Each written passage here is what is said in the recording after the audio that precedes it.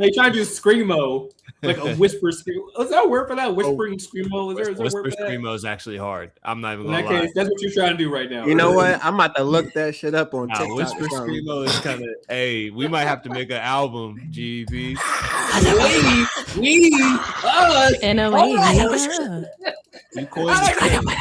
You coined the term. Whisper screamo. Shut up! I'm about to break. We're doing a scream album. Chicken. Like a heavy metal. Yeah, I'm trying to heavy metal. What did I miss? I looked away for 10 seconds. Whisper What did I miss? A whisper screamo. ASMR. I've created whisper screamo. Yeah, and it's called ASMR. That's kind of sick. Hi guys, this is ASMR and on the Nerdy Limits podcast. All I want is my percentage for the name. That's it.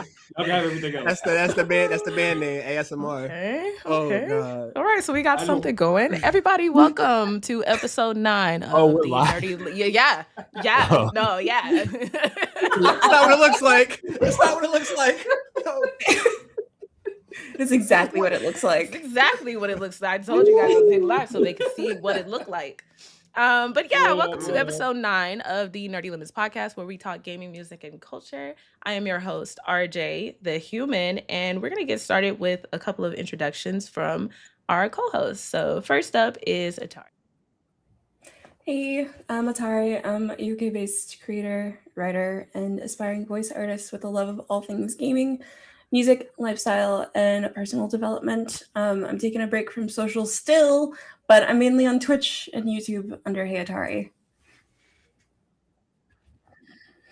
What's going on, everybody? I'm Gallup. I am on mostly YouTube and Twitch, and on YouTube I do mostly R&B album reviews, and on Twitch I sometimes do live album reviews, but mostly game with the homies. So I play a lot of FPSs, and I'm gonna try out. I'm gonna try out Marathon pretty soon, and yeah, if you wanna come hang out and play some games, find me at GALHUP on Twitch and YouTube. Yo, how's it going? Name's GameDroid Prime, call me GDP. I'm a gamer on discovery mode. I play a bunch of games that are cool to me, might be new to you. I do tend to play like futuristic games, action games, fighting games, things of that nature, with a little bit of FPS on the side. Like Gallup, I'm also trying out Marathon, see how that's going. And I also do some art and do a little bit of voice acting on the side too. So you can catch me on Twitch, YouTube, and on TikTok, and a little bit of Twitter too, but we're not going to talk about that too much.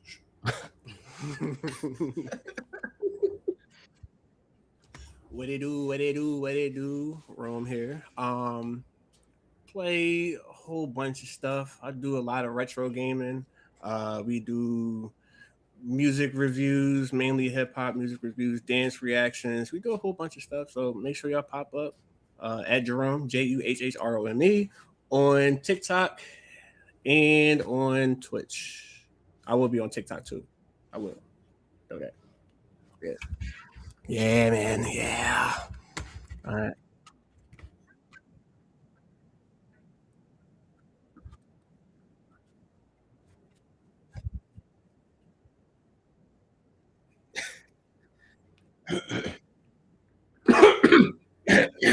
Oh.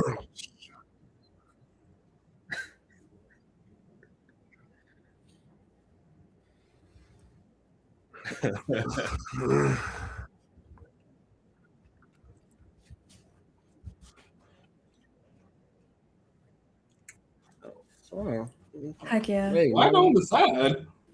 Hey, we out here doing shadow clones. I'm here for it. Cut. Like, what is this? Fuck this nigga, GDP. Damn. Oh, there he is. There he is. That's crazy. That's crazy. Like, I know it ain't my turn yet, but shoot, you had to kick me out. Damn. Said, move over, stiff arm. All right. Heisman.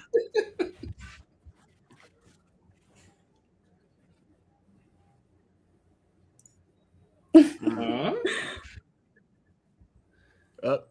You got this. Nerdy Limits podcast. Put it in the podcast. Hey. Podcast. Hey. Podcast.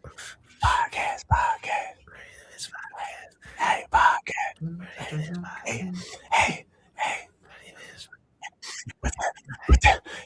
just buying time. You tell us when to stop. We're just buying time. We're just buying time. You tell us when to stop. I'll tell you just when buying to time. stop. We're just buying time. Hey, we're just buying time. We're just buying time. We lemons, not limes. Lemons, not limes. Hey, we buying time. We buying time. Damn.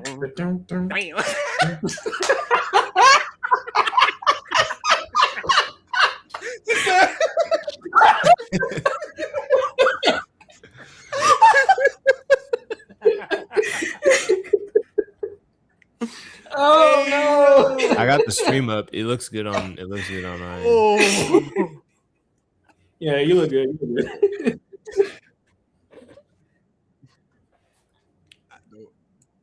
That's good.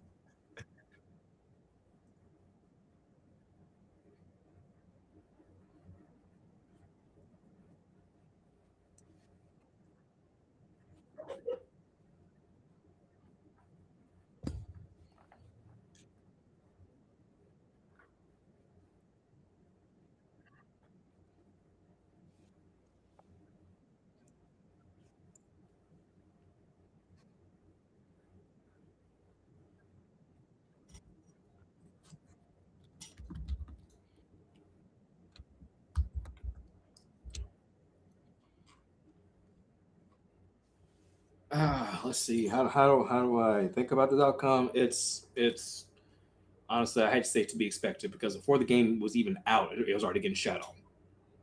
Like, it was already being hated on, already being ranted on, everything, before you even had a chance to really have a chance to shine.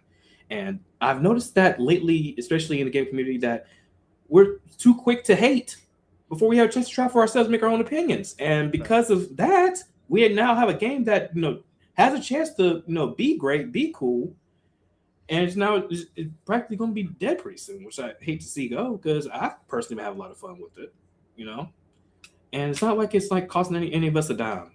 Like, it's free to play. Like, I get it if you spend tons of money on it. By all means, you invested in that, but you just invest a couple hours of your day, and you costing this to happen. It's just bad. I just hate to see see it happen.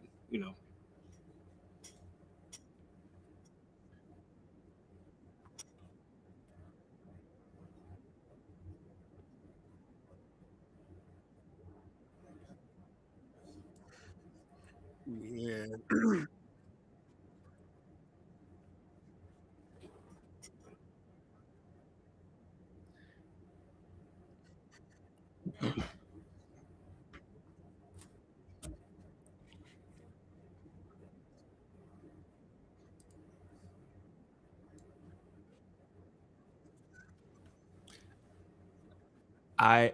I'm going to play devil's advocate here. Right? I first off have never played the game, barely even heard of it. I've heard of it, but I haven't played it. But I will say that I think there's something to be said about whether or not a game lives up to people's expectations. If it's not, if people aren't having fun with it, then they're gonna say it's not good. On the flip side, if people are having fun with it, people are gonna say it's for example, Arc Raiders. People are gonna talk about how good it is. Apex. People are gonna talk about how good it is. You know what I mean? So it's like two things can be true. Like, yes, gamers are very critical and very vocal about how they feel about a game. You know what I mean? But at the same time, it doesn't come from nowhere. You know what I mean? Like, if the game was undeniably good, which again, like I said, like Arc Raiders was an undeniably good game, then you're going to get positive feedback. But since there's obviously holes in High Guard and how, and how it's being received. So I guess instead of, and I don't know if the developers are feeling a type of way about the feedback that they're getting, but instead of they are. Well, but I again, devil's advocate, instead of taking it personally, make the adjustments that people are giving. Because I mean, I know we're about to get into it in a second, but Marathon got ripped when it first dropped. Like Yeah. when it first came out, it got ripped. That first that alpha testing that they did the first time. Oh yeah, Yeah. that was bad. Ripped. And Right. then they went back and listened, and I played maybe like 10 minutes in, but I'm like, this is a pretty decent game. They obviously listened and didn't take it personally and took into account the opinions of the people who are actually playing the game. So that's all. Right. And that's very valid. But the main issue with this when it comes to High Guard is that it was already hated on before it had a chance to come out. People have not played it yet, and people are shitting on it before they had a chance to actually play it. And to also say that, when it comes to listening to the community, High Guard listened to the community. They first tested out that 5v5 mode, said people loved it. It's like, okay, we're gonna keep it here. It's gonna be permanent for now on. Like, okay, cool. Now High Guard's in the, got 5v5 permanently now. And then I have on a top question. Of that, What's up? Why did people and honestly, like, I need an answer. Why did people hate on it before it came out? Because it ain't Titanfall 3. Ah, there it is. There it is. And on top of that,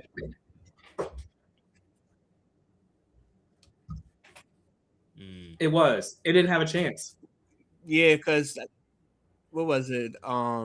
They announced it at the Game Awards. They announced it at the Game Awards. That's the first time I've ever heard of this game, and I'm pretty sure everybody else heard of this game. That was like not too long ago, and they was like, and we didn't know anything about it. No. All right, what is this game about? All that type of stuff. We didn't know anything. Now, I will say this was probably the hurt piece of it all. That launch day was terrible. It was given Cyberpunk. I'm not gonna lie. Oof. Like, Oof. I tried to install it, download it, and all that stuff like that. I tried to play it. My whole PC done went haywire. I said, you know what? I'm not gonna keep trying this. I know it's the first launch. Everybody's playing it right now. Maybe the servers is just, like out of whack right now. Maybe they're gonna get it together. I'm like, look, all right. By the time I went to go ahead and play it, try it again, it just would not work. It would crash. It was bad. So I just was like, you know what? I'll leave it to everybody else, like GDP, to go ahead and play it. I'll support them. That's whoever that's playing it. Now, I will say the people that are destroying the game are the streamers, though, because their opinion holds volume. So when they say, "Oh, this game is trash," everybody in the comment section is also going to agree with that because people don't have their own personal opinion. Yeah. So I do want to see High Guard do what it has to do, but it may have some work. I don't know. Yeah, unfortunately, it's not looking too likely right now because some things have come to light recently. For one, this was portrayed as being made by an indie group, indie game company. Turns out they were being backed by Tencent, so there is that. They did have that, and of course, right now, a recent update that happened. Right now, when it comes to staff, there's fewer than 20 people on the staff right now for High Guard Studio, and Tencent has pulled their funding from the studio as well. Damn. So the odds of it is not looking good. Which again, sad to say.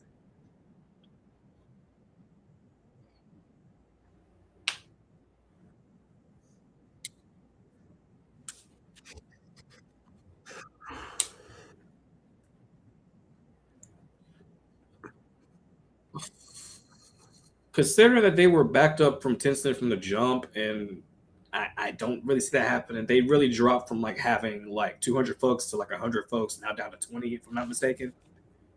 I make sure I get those numbers right. I know they're kind of in that margin. And then again, just of course, the player base has already dropped significantly, which is sad to say. And because of how the market is, and how things are in the world, I don't really see that happening. That's a sad thing to say. Now, I would love to be proven wrong. I would love to be proven wrong because I personally see the potential in a game like this, and I wish others did too. But it's one of those things where it is what it is. Yeah, because it was something fresh though. I'm not gonna lie. It was like I like it. it was kind of like a search and destroy type of, Mhm. you know, it was different. We don't really have that much of a variety when it comes down to like Mhm. games, especially when it's like free to play. And that's another thing too. I'm like I'm seeing low key like a lot of live service games sunsetting. Mm. You know, It's a shame. It's a shame. it's been a lot of games that has came out within maybe a year or two max that are dropping due to low player counts, and Mhm. it's just like, damn, people ain't really trying to play no games. Like, what's going on? Yeah. Like, I don't. And it sucks because it be some games that are pretty interesting, new IPs. Like I'm Yeah, I here mean, for it. recently, Supervive just went down, and me, you, and Star Yeah, had an Damn. absolute blast playing that game. yeah. Like we had a ball. We was putting belt. Like we was giving them nothing but belt, and now we can't even do that no more. Mm. They just want us to continue to play the regular free to play games like Fortnite and Apex and Call of Duty and things that are popular that we really don't. You know what I'm saying? Not that we say we don't care about, but it's like, all right, this is the masses. Like these are indie companies that are really putting in blood, sweat, tears, and on a new IP, and people don't want to try it. Yeah. Because it's not the norm. It's simply not the norm. And although a lot of gamers do say they want change, they don't really want change. They don't want They change. they want the game that's really going to boost their ego.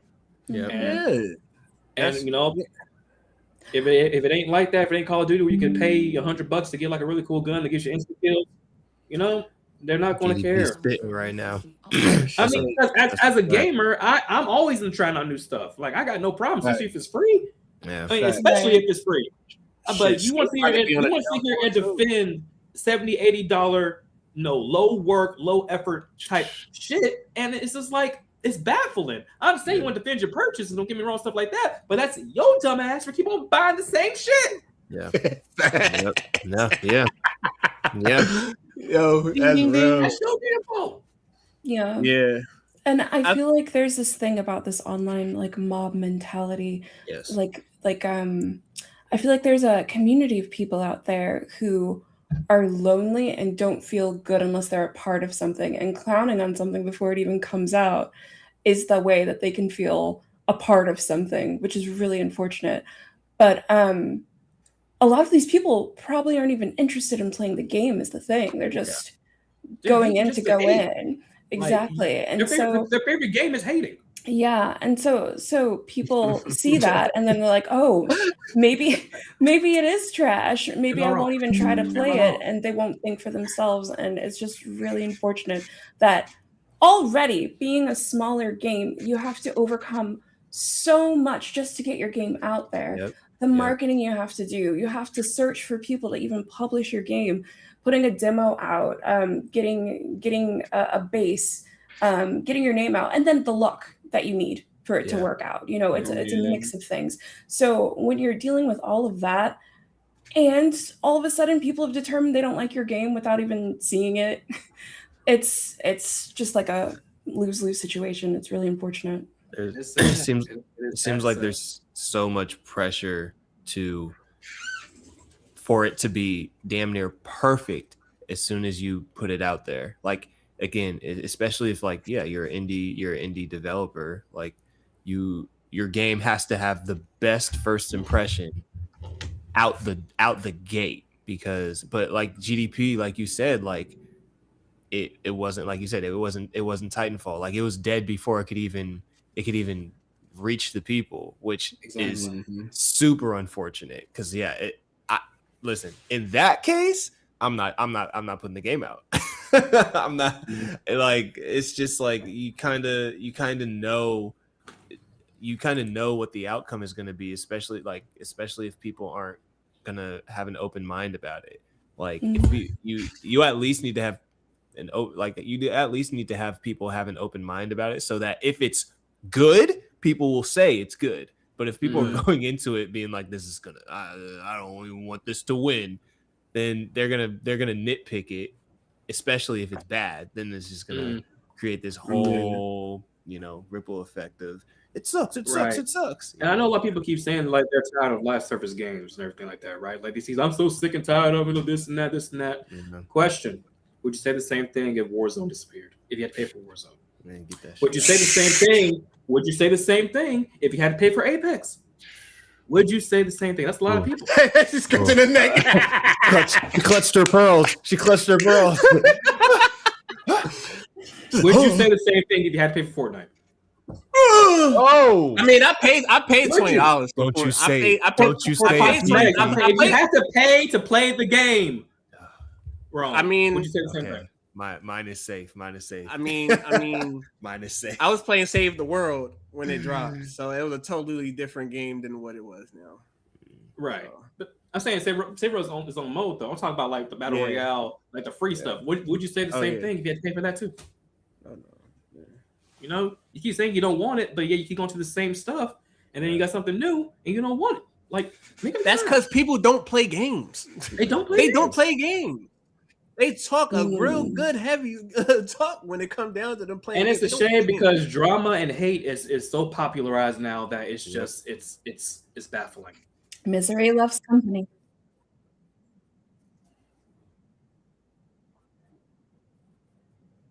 Yeah. Yeah. Mm-hmm. Yep. Mm-hmm. Yep. That's true. Not Miss Sue. Not Miss Sue. Hey, Miss Sue. Not Miss Damn. Sue. Mm-hmm. Miss Sue. That's true. Yeah.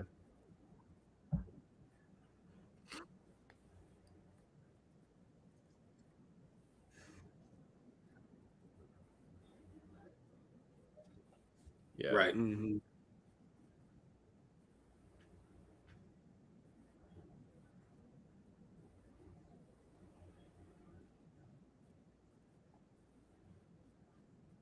You can put it out. Yeah.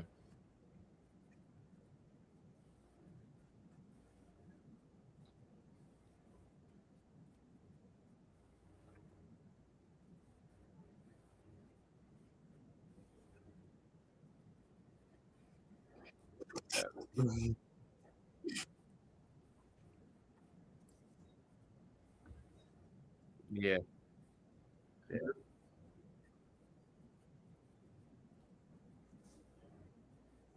For free, mind you.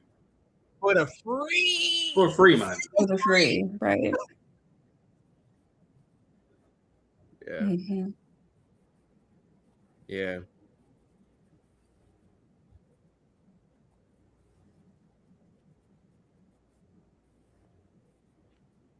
Yeah. Right. And if a game, and another thing, if a game is just not for you, it's just not for you. Not You for just you. gotta accept Don't that. just Just be don't like, play look, it. ain't for me. Just like, look, I tried it, not for me. I'm gonna do my thing. We're good to go. I tried it. Didn't work for me, so I just left it at that. I All didn't right, make a okay. TikTok about it. You know what I'm saying? You know, like it's just a lot of people just don't know how to give out constructive criticism. They just Yep. want to just shit on the game. Yep. They Yeah. just want to shit on it. Yep. And It's lazy. Mhm. my other thing is I'm peeping too with a lot of these like free to play games that most of these games be in early access. Sometimes you just don't need to do that shit at all. Mhm. You know, like I'm even with Skate is damn near about to die because the developers is on bullshit. They're not listening to the community. They're putting up paywalls for shit that should be free. Wow. It doesn't make why do I want to pay Wait, for whoa. Whoa, What'd you say? whoa. What'd you Nah, say? ain't What no the- way. Ain't what'd no you say? way. Wow. What did you say? Did you say pay for training grounds? no Nah, nigga. Hell no. Nah, No. nigga. Not Fuck to no. mention, not Fuck to mention, no. not to Nah. mention, they just a couple of like developers or whatever. They cut a couple people off from the company. So I'm over that it. right there, it's like, yo, what the fuck are y'all doing? Nah, I'm going back to Game Boy. I'm going back to Skate 2. I'm going back to so it's just the training. It's just the like the little training map that they That shit have was- on there. no. And you gotta Um, pay for that to go he's back greedy. into it. For early access. Nah, man. Nah, man. So you telling me that Nah, man. It's going to be free. It's going to be free. Maybe in like May. Maybe in like May. But you want me to pay an extra? You got me fucked up if you think I'm gonna pay for some motherfucking training, bitch. It's That's just a hurt crazy. piece. No, it's a hurt piece because the gameplay mechanics are great. It's I love it. It's just nothing to do. Yeah. The challenges are boring. There's no story. There's no depth. There's nothing. It's just okay. I'm just here. I'm just skating around. I really don't. The map is not like. Yeah.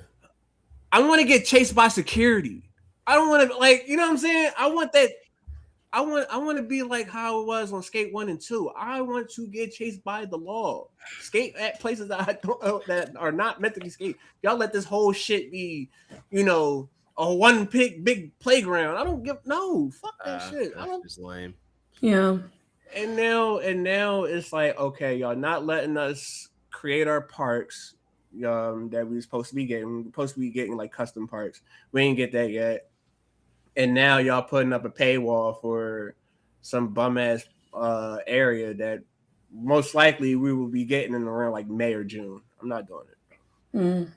So it's out. We're gonna see that die down very, very soon. So I don't know, man.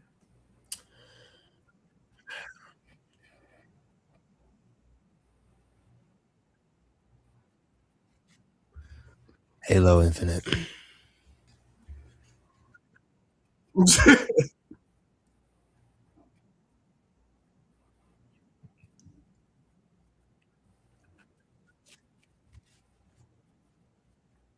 Mm-hmm.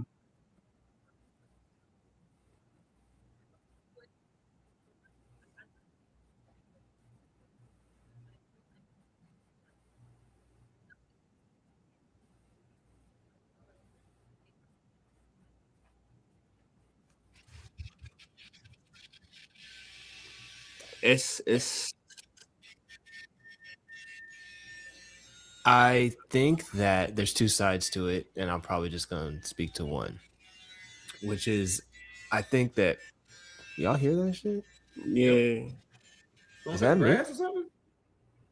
I don't know. Somebody cutting metal. I think it's me. Someone's doing construction. Oh, okay. It's 10 p.m. I don't know what they're doing. Sorry. Okay. Oh, they That's on. They moving on our time. Whose hair they cutting, bro? Right. Well, I'm not no. going. For real, bro. They gotta get the damn chainsaw for that shit. They cutting up bodies. That's what I was thinking. I was like, I'm gonna just stay here and mind my black-owned business because. There you go. Right. I'll mute if he starts up again. What was I saying? Oh no, I was just gonna say that I think pressure makes diamonds, man. To be honest with you, I think we're gonna get a lot of good games once GTA 6 comes out. I think a lot of people are gonna try to compete for people's time by making a better game. To be honest with you, I think that I don't know, because I don't know, but because it's now hard. are we talking free to play or are we talking because I'm talking I was gonna say We're doing free to play talking about, yeah. Oh yeah, no. I was talking about in general. Okay. But I see the point that you're making. It's like if somebody drops like a free to play banger, then that helps the market in terms of like people trying to people trying to compete. Because as of right now, all we got is Apex, Warzone, Fortnite, and maybe a couple more that I don't really know about. But Marvel Rivals, Overwatch. Rivals. Yeah, we'll skip Overwatch making a comeback. That's pretty cool. Is it really? Yeah. They need to put 6 people instead of 5. Yeah, they refreshed everything. They basically dropped the 2, made it Overwatch again, made a whole new season 1, and they're also adding 5 characters this year. Listen, I'll say this. I think that as soon as extraction shooters like Marathon and Arc Raiders, games like that are free, it's a wrap. that's when we're gonna see a big shift. I mean, they're both $40 bucks. Yeah. They're both 40 Yeah. bucks. If those were free to play, we're seeing a huge shift. We're seeing a huge shift in that. GDP's making a face. Am I tripping? No, I'm trying to think of any stretch shoes that are free. Yeah. That's what I'm thinking.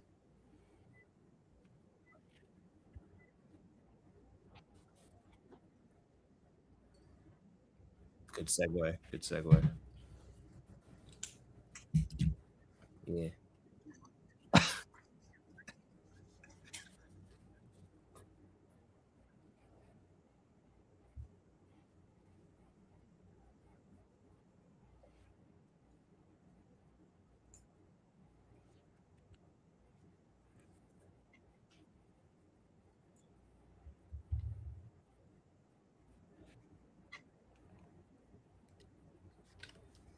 That's the question. What's going on?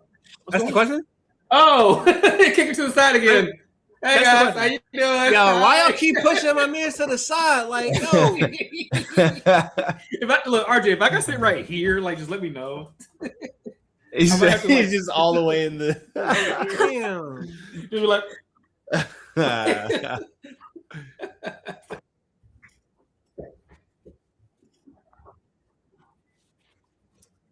of course. Yeah, I played it. Let's see. So far, atmosphere is mwah, love it. Atmosphere is absolutely beautiful. It feels very immersive. When you see all the details and everything, it's very nice. Let's see. Sound design, top notch. I love sound design. It's good. Gunplay feels good too. I ain't gonna lie. It does feel nice. The AI is no freaking joke. It is no walk in the park. Let me tell you. The AI will put it on you. Like seriously. Put it on you. Yeah. Meaning the difficulty is actually right there and everything too. I will say the UI can be a bit confusing at first. You gotta get used to that. Yeah. They need to add a toggle to speak button, not just a hold to speak button. Toggle, please. Need that. Yeah. Right. And let's see, the world did feel a bit empty, at first. I didn't really see much people, especially on that first day and everything. There was also some audio issues, but of course, like I said, it's going to happen in the beta, so blah, blah, blah. But overall, I mean, I'm not mad at it.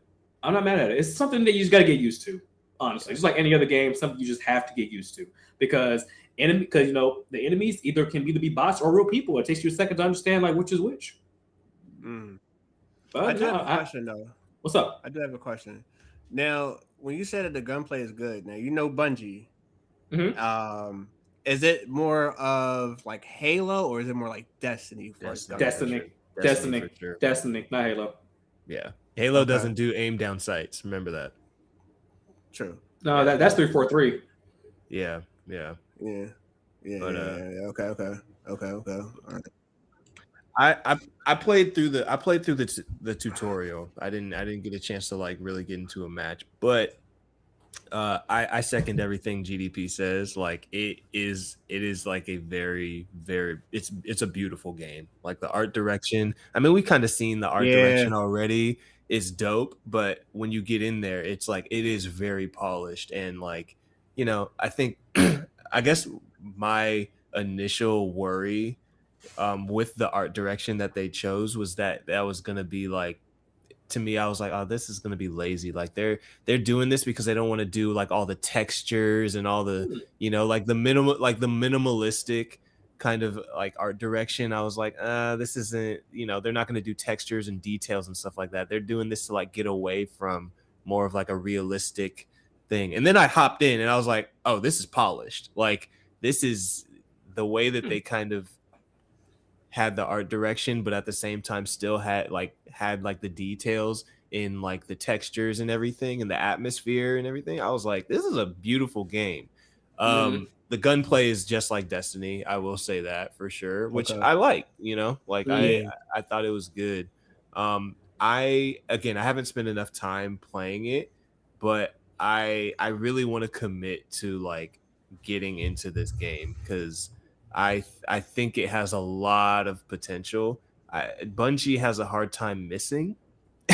You know, like Bungie's pretty consistent with their games, and I think that this is again like I was worried about the alpha playtest, but again, hopping back into this, I can see that they really, really like took their time to iron out the kinks. I spent a lot of time watching like gameplay, like from somebody who was invited by Bungie, Aztec Cross. Shout out to him. Nice one. Yeah. I was watching some gameplay that he was reviewing, and it looks like fun as long as you got 3 people. Yeah. As long as you got people to play with you, then that's gonna make or break the game. And the one worry that I have is not constantly having 2 other people to play That with. part. Because if I don't have 2 other people to play with, I'm likely not gonna play, and I don't want to play with strangers. That's fair. 'Cause that's my issue. Stranger too. danger. If I feel like I don't Stranger have like my group to play it, I'm not going to play it. I'm not And gonna all that play turns to a friend game, and I'm just like, I'm not going to spend money on another friend game. I mean, that's why I didn't play Arc Raiders, because you know, it's like you don't, because one, we're adults and we have lives, you know what I mean? So our schedules in playing is not always going to be aligned, you know what I mean? And so it's like I'm concerned that I'm going to have the same issue with Marathon. That's fair. And I will say this though. I will say this because I can play Outrage by myself because the solo experience is its own thing. I will say that. You know, with that type of game, you can make it as you need to. Now, I haven't played the single player version of Marathon just yet because there's one character you can play. It's called Rook. You can play solo and only solo. Yeah, I did see that. I don't know how that experience is yet. I've seen the other side of it. We jumped that guy. I'm so sorry. Not sorry. But I need to see what that's like first before I can say if we willing to play it or not. Because that's what pushed me to Arc Raiders, because I'm like, oh, you can just make your own experience with it. Like, if you want to go out there and start shooting up on bots, cool. You want to be out there chilling, doing your own thing, do your missions, cool. You know, you're not forced to do one thing or the other in Arc Raiders. Now, Marathon, I can't say that yet because I haven't tried it yet, but I am interested in trying it that way. I heard, like in the video that I watched, I heard and I witnessed that Marathon is a hostile environment. Oh, it's PvP. It's PvP focused. That's why. Yeah, you are not gonna solo queue and survive. Is basically what it seems like. Like you said, like you saw a Rook and you lit his ass up.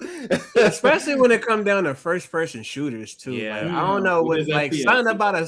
something about a first person shooter with a distraction. You always aiming at somebody. You always hey, who's that?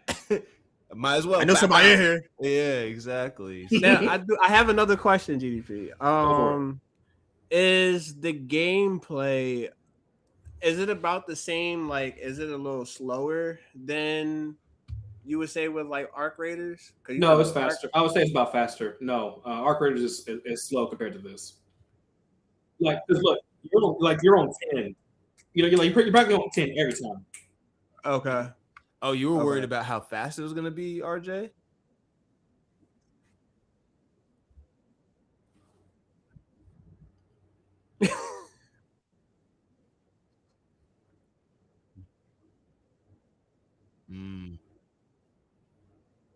That's fair.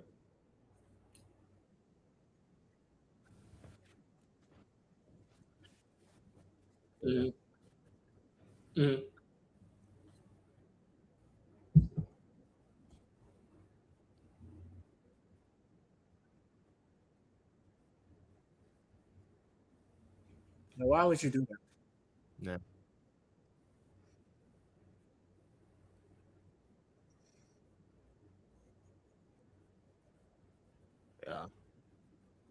Yeah. Yeah. Yep. Yeah. Loot. What is a I can agree to that. Loot, what is a great question that I resonate with. RJ, it says Rika said you can't be heard. Nah, that'd be crazy. That'd be fucking crazy. Please tell me you're recording. That'd be sick around me. I'm not gonna lie, yo. Nah. That'd be nuts. On, can I rewind this? No, you don't have it on. In Twitch, yeah, you can do that now, but I think you have to have it. RJ, make words. I thought she was talking to someone in the background. Oh.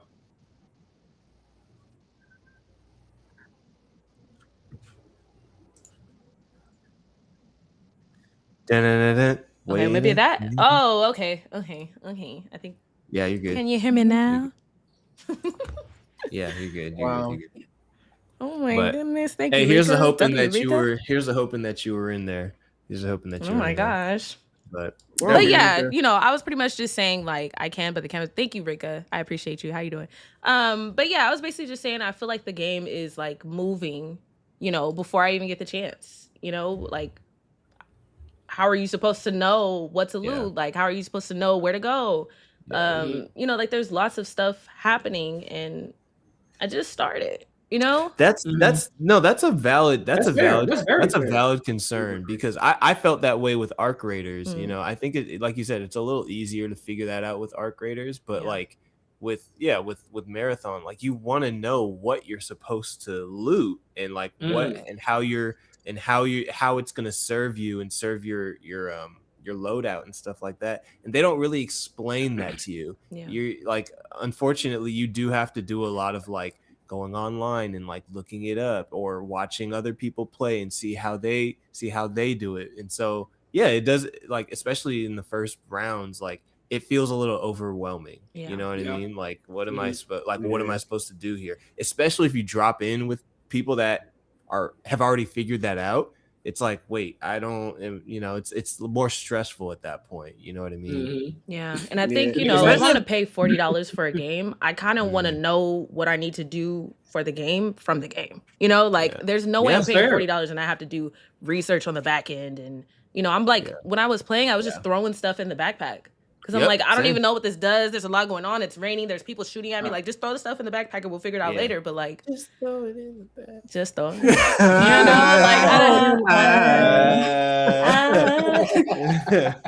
Can you guys tell we're a Black podcast? In case you didn't know. How are y'all? Say it loud.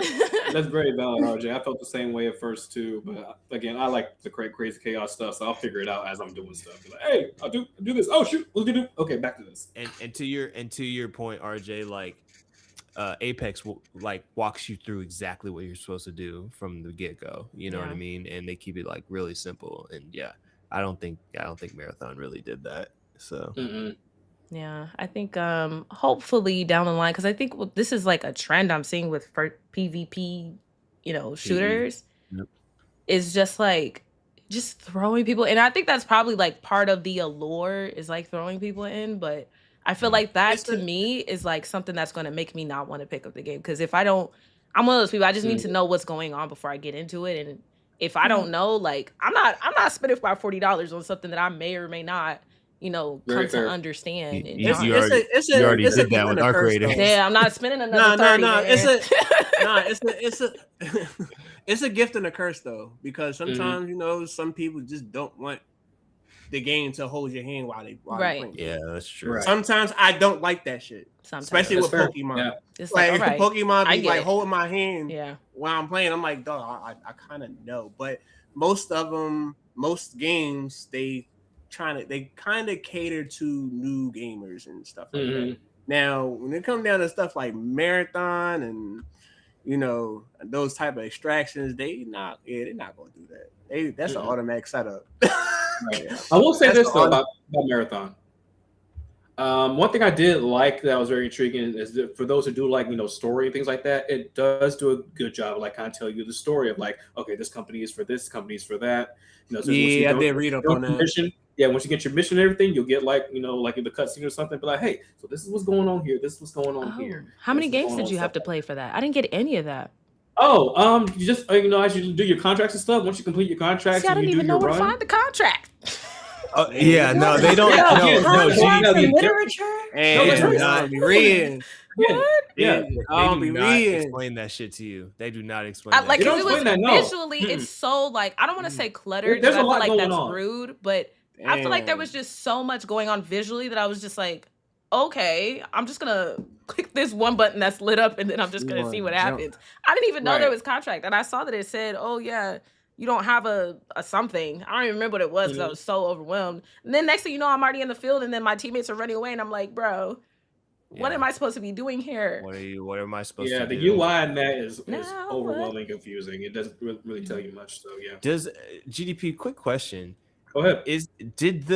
Does it auto like does once you extract, like once you loot everything and you extract, Okay. does it like auto sort your loot? Yes. I think. Okay. Yes. I like that. Yeah. I do like that. You know, hey, you don't need this. We're going to sell this for you. We're going to put this over here for you. So that is pretty cool. I will say that was dope. Mhm. I was like, because in Arc Raiders, I was like, I got all these motherfucking benches, but I gotta loot to make the benches, and then bring loot to the benches that I made from the loot, bro, nigga. And then I gotta feed the chicken, and then I kept forgetting to feed my chicken.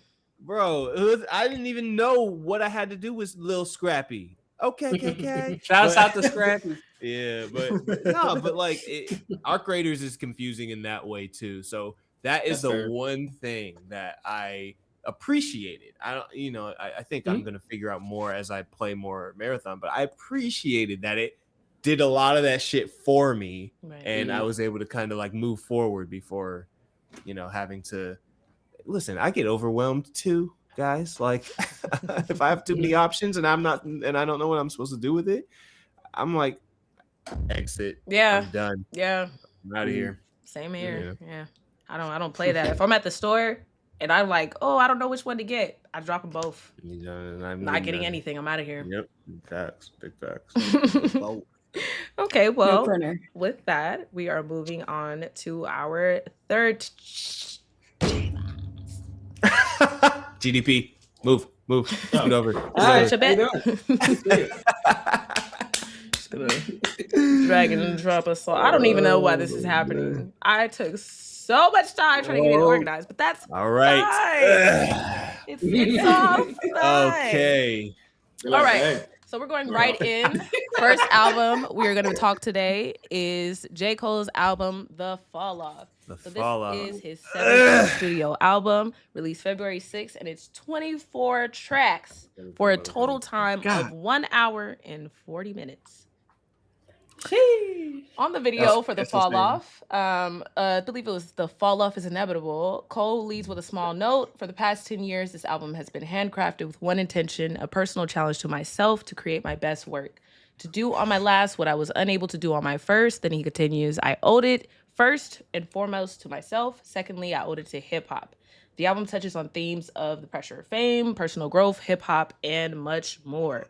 So, Gallup, I wanted to ask you, kind of like dialing in on what he said in that quote, do you feel like he achieved, what he was looking to do with, kind of, I don't want to say upselling his first album, but do you think that it was his best work?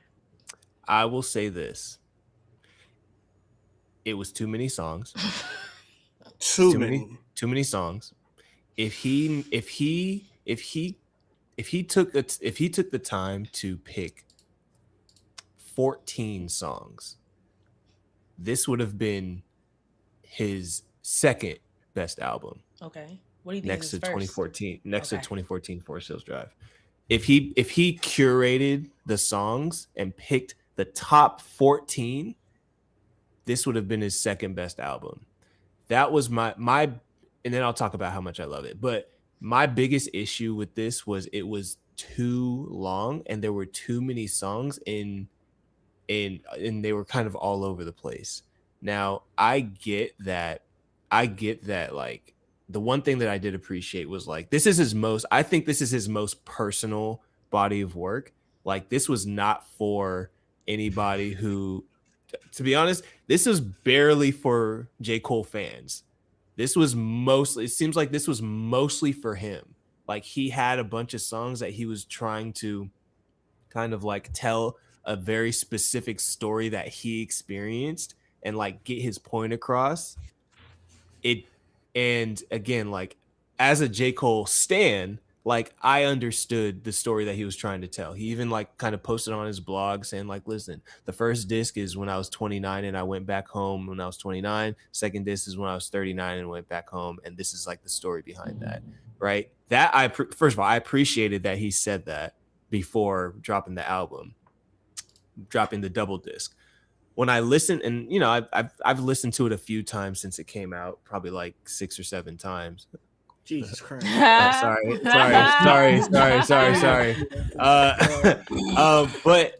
But I think that for the most part, like I thought the album was really, really good. I thought it was really good. I think there's just too many songs. I think some songs are kind of out of place, but for the most part, I think that he painted a very, very vivid picture of like of the story that he was trying to tell of his life back home, his life back in Fayetteville. Now that getting that out of the way, the more objective things out of the way, this nigga is spitting on this motherfucking album. This nigga is rapping. And as Rome says, this is a technical schmectical. He has some technical schmectical raps for sure.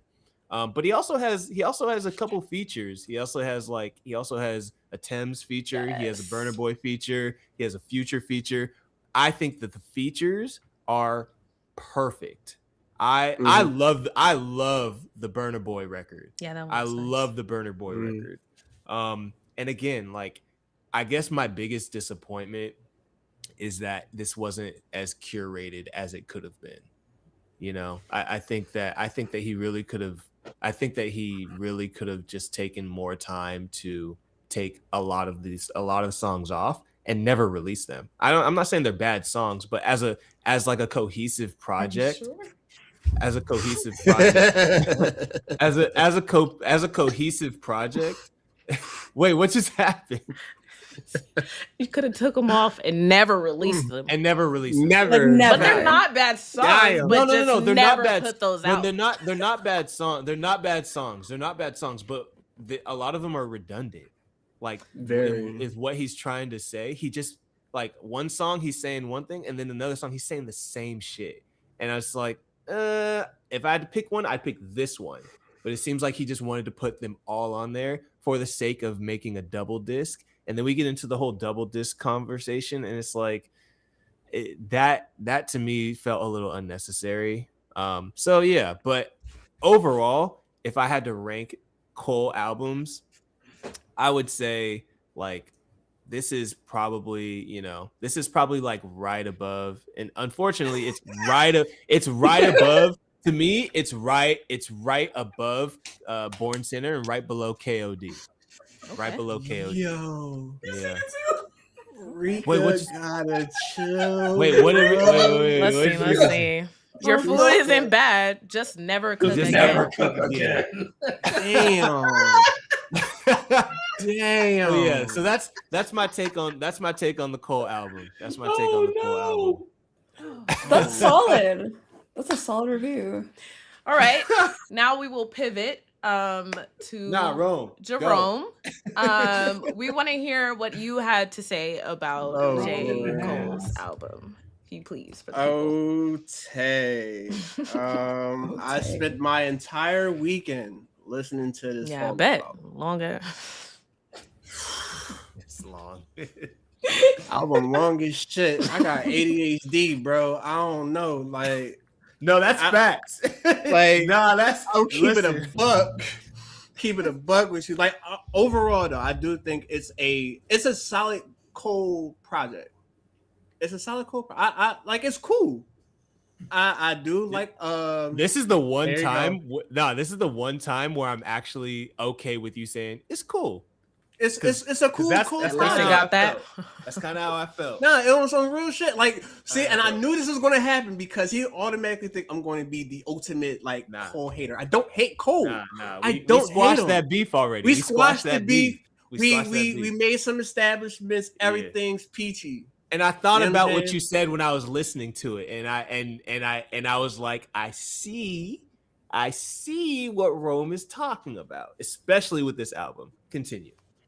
But like the first like, quarter of that album had my attention. I'm not like that.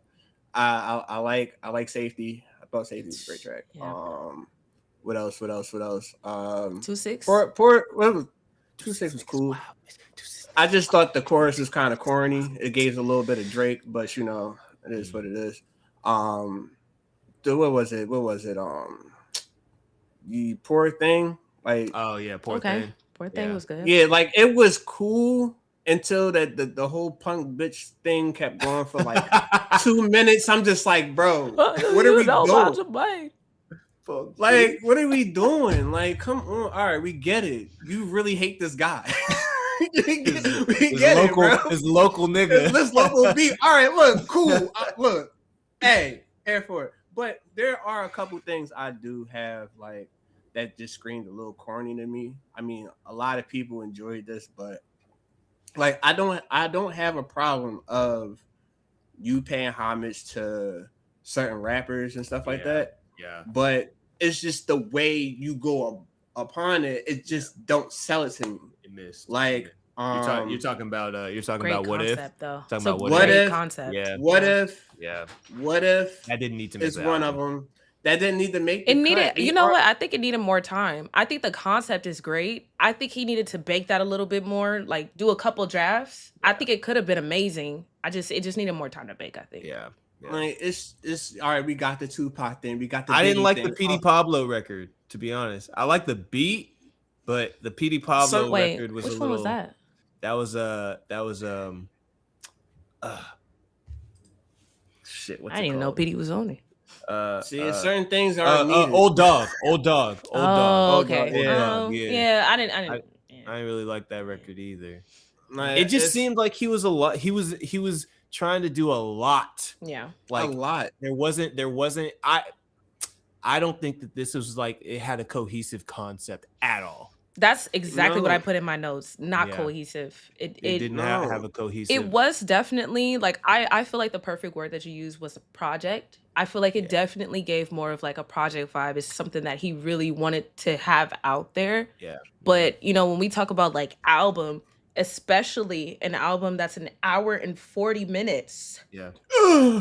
I I'll feel be like honest. at minimum it should be cohesive. Because why am I sitting here for an hour 40 minutes? Nah, I'll be over honest. time? Of Cole. No, Of this of album, Cole. I like Cole. I like 2014. I like a lot of stuff. I'll be I- honest. I will listen to those. I'll be honest. This was a mixtape. Yeah. This reminded me of the come up and the warm up, where you're just putting a bunch of songs on a tape. This wasn't 2014 Forest Hills Drive where you had a concept. This wasn't KOD where you had a concept. This wasn't For Your Eyes Only where you had a concept. This was more like Born Sinner where you had a bunch of songs. Wait, so with those, like what you just said, right? Yeah. There was a video that he put out that he was saying like just the cohesiveness of his personal growth as far as his albums. He said that what was it? KOD, For Your Eyes Only, and the off season. Those were like lyrical exercises. Yeah. So for him to have those as your lyrical exercises, He said those are lyrical exercises, but with no concept, because they definitely had concepts to them. But according to his career thing, like from he's like, though we don't count those for real. I don't know. He said that? Yeah. Oh damn! I gotta look that up. Yeah, that's surprising to me because again, like so from I'm a consumer standpoint, I'm like these are the most conceptual. But I'm like, we need more of that. I don't give a fuck about you. Listen, I'm gonna keep it a buck. I don't give a fuck about what you got going on. I want to hear these raps, nigga. I'm trying to hear these raps. No, I agree. Like, I agree. I was listen. We know you can do it.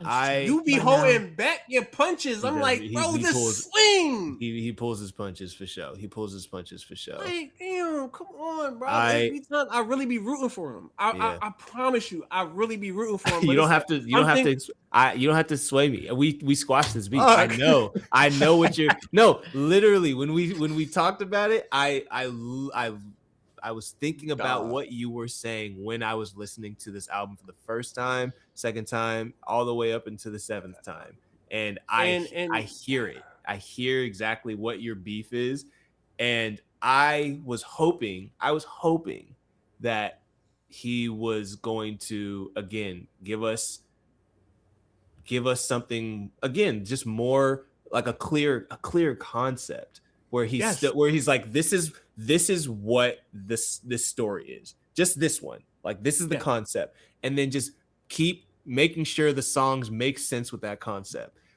Nigga, when I heard Old Dog, I was like, yo, and it's songs on top of songs too. We got songs that's like 5 minutes. It's too much songs. Yeah, we got 5 minutes. We got 2 songs in the songs. Yeah, so songs. Like, I will listen. I feel like Cole, songs. I feel like Cole could have gotten away. Like again, I can go through both discs and pick out the songs that would made this a classic album. You know, like we only need one. Who the fuck is you? We only need one. That's a hit. That's a hit. We only need one of those. We need one hit. The rest of them, we need more safeties. We need more of what was the Burner Boy track? Like we need one of those. Like the one with Features and Temps. Yeah, we need one of those. Like that was a good one. There were so many great songs that would have fit a very specific concept, but we got 24. 24. This again, I honestly, as the fall off again, because there was a lot of hype around the fall off. Right. As the fall off, I feel like this was like kind of it was a little disappointing because this was more like Friday Night Lights, you know. And I'm not saying in terms of quality. I'm not saying in terms of quality. I'm saying in terms of direction. I'm just gonna make a bunch of songs and put them on a project. You know what I mean? And that's what this felt like. He made a bunch of songs and he just threw them on a project. And again, from a 10-year span. From a 10-year span, bro, you could hear it too. Yeah. You can hear it. I'm like, this shit would have came out 10 years ago. Like this doesn't sound like the off-season Cole, you know what I mean? Right. It doesn't sound like that, you know. So he was actually rapping on that shit too. Yeah. So I'm you know, I think I'm just you know, I'm a little disappointed with how long it was and how like I guess all over the place it was, to be honest. But listen, I still think that he showed like glimmers of like, yeah, I'm Spitter McSpitty. You know what I mean? Like he raps, but then he goes back to like a song like Old Dog or What If, and it's like this just doesn't belong on this album, bro. We don't need it. I still love her. We don't need it. We already we didn't need that. We didn't need that. We get it, bro. Like shit, like we don't need it. We got one from him. We got one from like Nas or whoever, and like come on. I see what you're trying to do, but it's just don't work for me. Yeah, make that clear. I don't need nobody on TikTok on my ass again. We ain't doing that shit. I don't think Cole fans will disagree with you, bro. I don't think Cole fans. I don't know. The Cole fans, they be on some shit, bro. As a Cole fan, listen. I will say this. Listen, if we referencing that clip, bro, you did it to yourself. You said no. You said no. You edit that clip. You said I didn't edit. There's no edit in that clip. It's a straight up. This year clip. It's a. There was no context. Wait. So what did you say? What exactly did you say? I asked him a question. I said, so Cole's not even in your top 10, and he said no. That is the part that threw people for a loop. That is the thing that you said, and you said it with your chest. Yes, absolutely. I didn't. Right, but that's not my fault. That's not my fault. You said the thing. Hey, You can't say that to Cole fans, bro, because they're gonna be like, "Nigga, have you lost your mind?" That's it. And I'll be like, "Yep, I did." Oh, And I did. Okay, but don't Okay. be mad at that TikTok came for Oh you. no. I looked at that shit and was cracked the fuck up because y'all mad as hell. Like, Dog, damn, y'all that pressed? Listen, we're not OVO hoes. First of all, Oh no, we're not. Now those guys, We're not OVO hoes. those guys is a different breed. I don't even. Nah, sorry, we not RJ. gonna I do know. it. I know you like. No, Drake. I didn't know like that's Drake. what they were getting called. I didn't. Yeah. Whoa. Yeah, OVO. But no, there was a conversation that been going on a lot of like hip hop pods as far as just far as like lyricism. Like, all right, is J. Cole better than Lupe when it comes down to lyricism? And I said no. That's all it is. I didn't say no. You didn't say that, bro. You didn't. You mentioned that, but you also topped it off with. You said I think a lot of people are way better than Cole, which is valid. Oh yes, which is which is valid. But to say that J. Cole is not a top 10 is what sent people over, bro. If you listen to a lot of music, you wouldn't even put him in the top 10. And I feel like that's rough because especially after here, people coming in, people already been here. That's kind of I guess I can. Like that's what I'm saying. Like I said, none taken. Like a lot of people, I've said this numerous times. Like they don't listen to a lot of music. People don't do a lot of digging when it come down to hip hop. I know it's just the same way with you as far as R&B. I know you got a lot of singers that's on that list. That's like, yo, they not fucking with him. They not fucking with her. But that's facts. Like if we talking about vocalists, and I'd be like, Tevin Campbell's a way better singer than Usher. Like, exactly. So that's all it is for real. Right. It's just the coleslaws was on my ass. The coleslaws. They was on my ass. I said, yo, y'all got two, bro. Oh my god. Hey man. They already hurting. You can't kick them while they down, bro. Nah, you can't. can't. Their strongest album, bro. You can't kick them while they're down, bro. This crazy work. Nah, this album was It was a safe album. We're going to say it was a very safe J. Cole project. I need another one. I need a new one. I need a redo. A redo. And then let's talk about it because a lot of people are saying this is supposed to be, his retirement album. I don't know if he's expressly, said it, but I feel like he's going to continue. But I mean, he is, as we saw, this 39, like he's over, the threshold of like being young and having all these crazy young and dumb tracks. Like, do you guys feel like he has another one in him? And do you think that he could do better than, what he just released? Absolutely. Okay. I think he can if he don't talk about himself. Okay. In his personal life. No, like that's facts. No, nigga, like, that is if we like he can get to like he can, you know what I'm saying? He can get with the bars and stuff. I just need him to not talk about himself. Last thing before we start talking about this project, I don't need no more mulatto bars, bro. You don't like melodico, huh? You don't like melodico? I don't need no mulatto bars. I don't. I don't want to hear no. I'm that nigga and my mom's white. That gives logic. I don't need that shit, bro. I don't need that. Don't shit. come for his biracial identity. I don't want to hear that shit. Not on Black History Month, bro. No, nigga, what? No, Bro's biracial, man.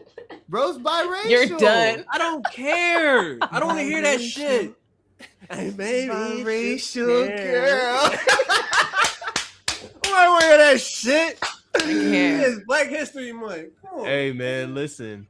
It's not. We're not a monolith, man. He has a different experience. You know what I'm saying? And like the reason I asked that question, is Rome hates that shit. J. Cole has had a very he's talked about it. He's moved place to place. Like he's not a. I don't want to like a hood rapper. Like he's not that way. It's definitely more intellectual. But so, but to Rome's point, do you feel like he's kind of reached a point where there's nothing else to talk about, or do you? That's what I was just gonna say. Yeah. And that's what I was just gonna say. He to Rome's point, he's talked about that already a lot of times, and my worry this is like my worry, because this is kind of how I like stopped listening to Drake. It's because Drake has been talking about the same shit for 20 motherfucking years. You know what I mean? Like the same shit.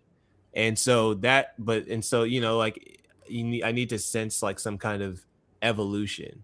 And again, like this album is essentially telling the same story as like For Your Eyes Only. Again, like going like your home life, you know, like when you go back home and you experience this thing. Although, you know, and again, it's like we only need to hear that one time, Right. you know. And so that's why, again, like Rome, you said, like off season, that felt like that was like an evolution of like, okay, this is the headspace that I'm in. I'm just trying to bar it up. Like that felt like it was like, okay, like this is a very intentional like project where there's a very clear goal here with this one. And then this album felt like it was kind of like a regression back to like what's comfortable, you know what I mean? And again, Cole is an introspective nigga. Like we get that. And with that, he ends up rapping a lot about himself, you know what I mean? And if I'm like comparing like apples to oranges or whatever, like I think about Kendrick and like the point that you made, Rome, about like, yeah, Kendrick takes these different concepts and capitalizes on those concepts, but still stays true to the concept.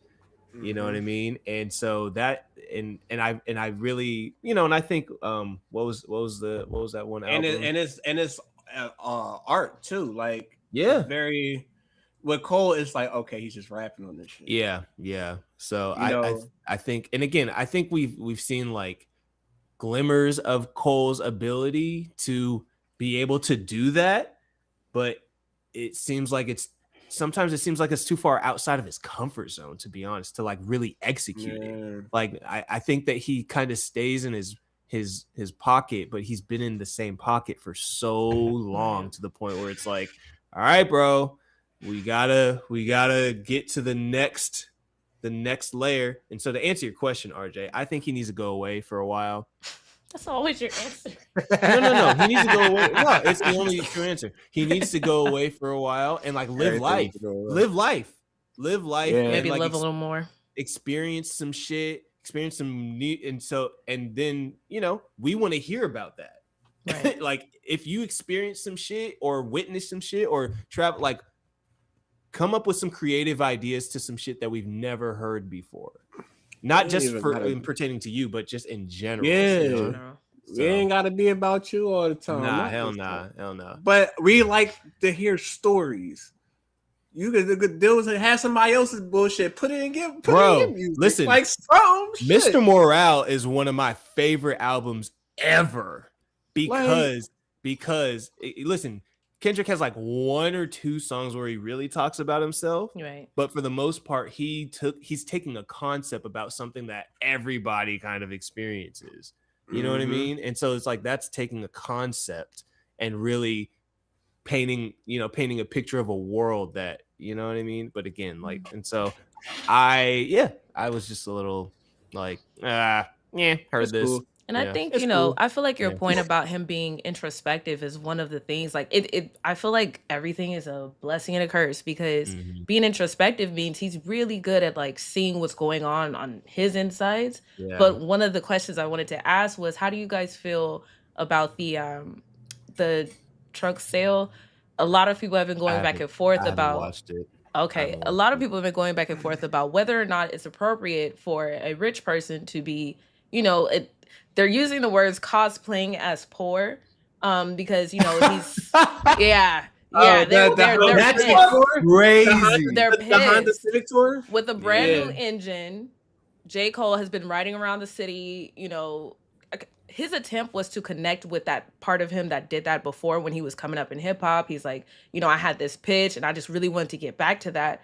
But a lot of people are looking at it and saying it's disingenuous because he's got cars sitting in his garage. Like, you driving around a Honda Civic talking about, oh yeah, I'm one of you guys. And it's like, no, you're definitely not one of us. So how do you guys feel about that concept of, somebody like J. Cole, who's obviously well off, kind of trying to connect with, you know, who we used to be.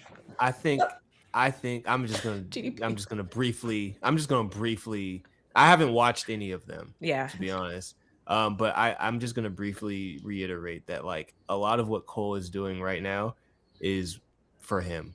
It's for him. It's for his own ego, and not saying like in a negative way. He's just like trying to fulfill. He's just trying to cross things off of his own checklist.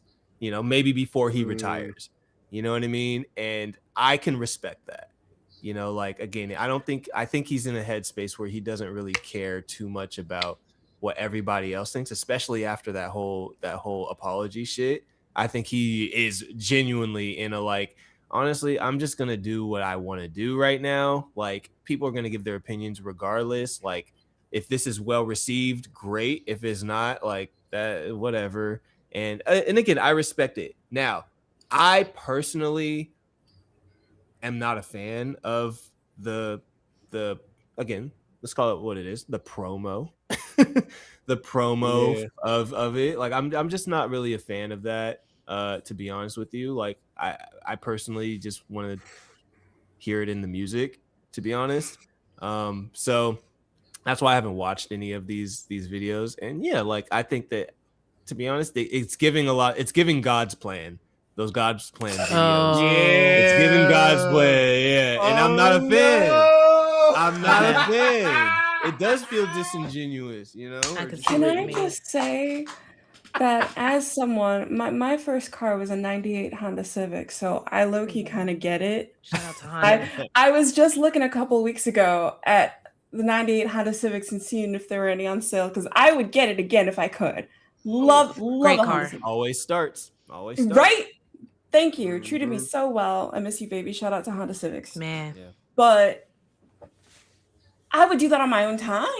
If I had all the money in the world, I would get my little Honda Civic and reminisce, but like keep that to myself. You know, I was just gonna say Atari. Yeah. I agree. Yeah, I was you used the word RJ, disingenuous. That's the first thing that popped into my mind when you said that. I was like, no, he did what? Yeah.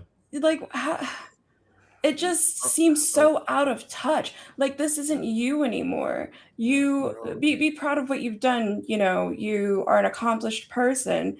Act like it. Like this isn't you anymore. Who you are is a you know, superstar hip hop artist. Like yeah. You know, I think when I saw it, like a part of me wondered, like, is he for some reason feeling like, I don't know, like it's undeserved or guilty or something? Because like, to your point, like you've made it, you've accomplished it, like you're allowed to live in it and, you know, enjoy it and, you know, feel like you deserve it without having to, oh yeah, this is who I used to be. Like, it's like the whole point of the album felt like he wasn't supposed to be proving himself. It's supposed to be like, no, I am this and I don't have to prove myself to anybody. But then he turns around and does almost the exact same thing when, you know, he's driving around in the Honda Civic. And again, like we keep saying, you know, here and on the podcast, it's like these things can come across as more genuine if they're not recorded. If they're not recorded and posted and, you know. That's it's like giving a bum or whatever homeless man a meal and you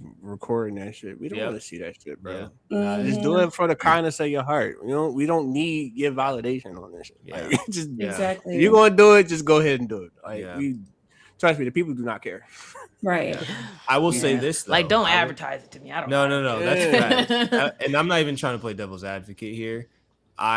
I genuinely think that Cole, on like a therapist level, like on a psychological level, I genuinely think that Cole has like a deep seated need for validation, especially from the hip hop community. And I think his racial identity has something to do with that too. Like I think and we kind of see it in his, again, in how he's moved. You know what I mean? Like, and this kind of proves that point, because if you were really just trying to, like, again, like he says, like, do it for hip hop, turn the cameras off. Like you can drive around the country. If this is fulfilling to you, just drive around the country and do the thing. But you don't need to like make a big thing about it. You know what I mean?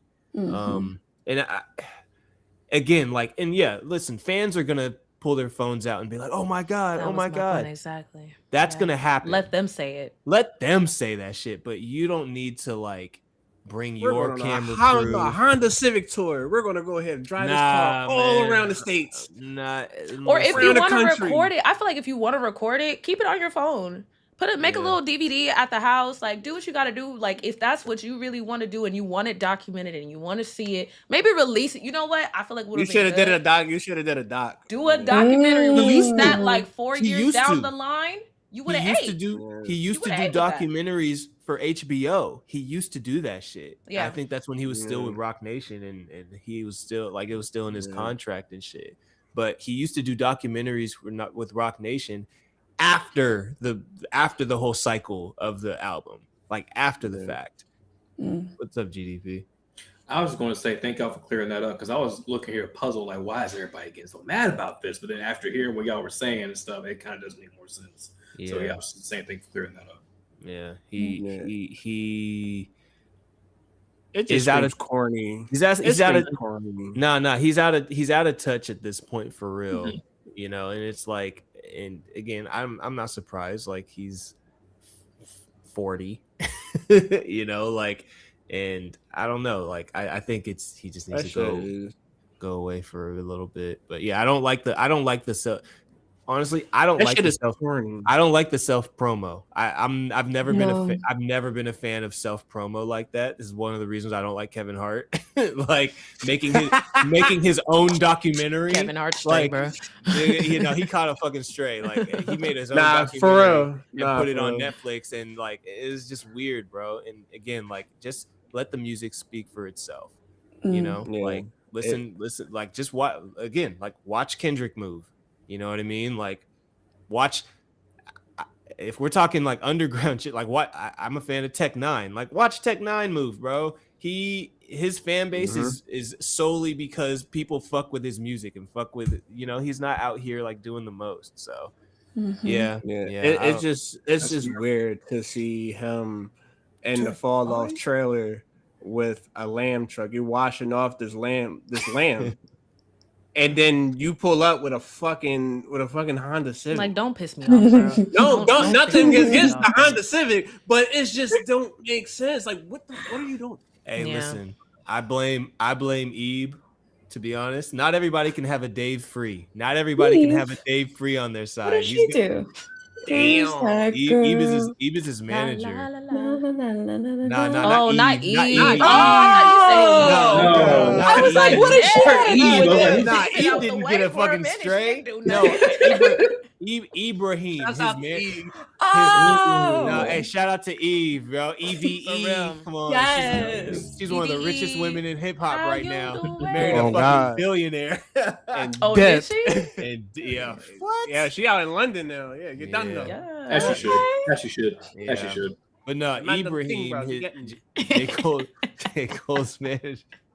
J. Cole's manager, I feel like, is just kind of, again, just moving in a.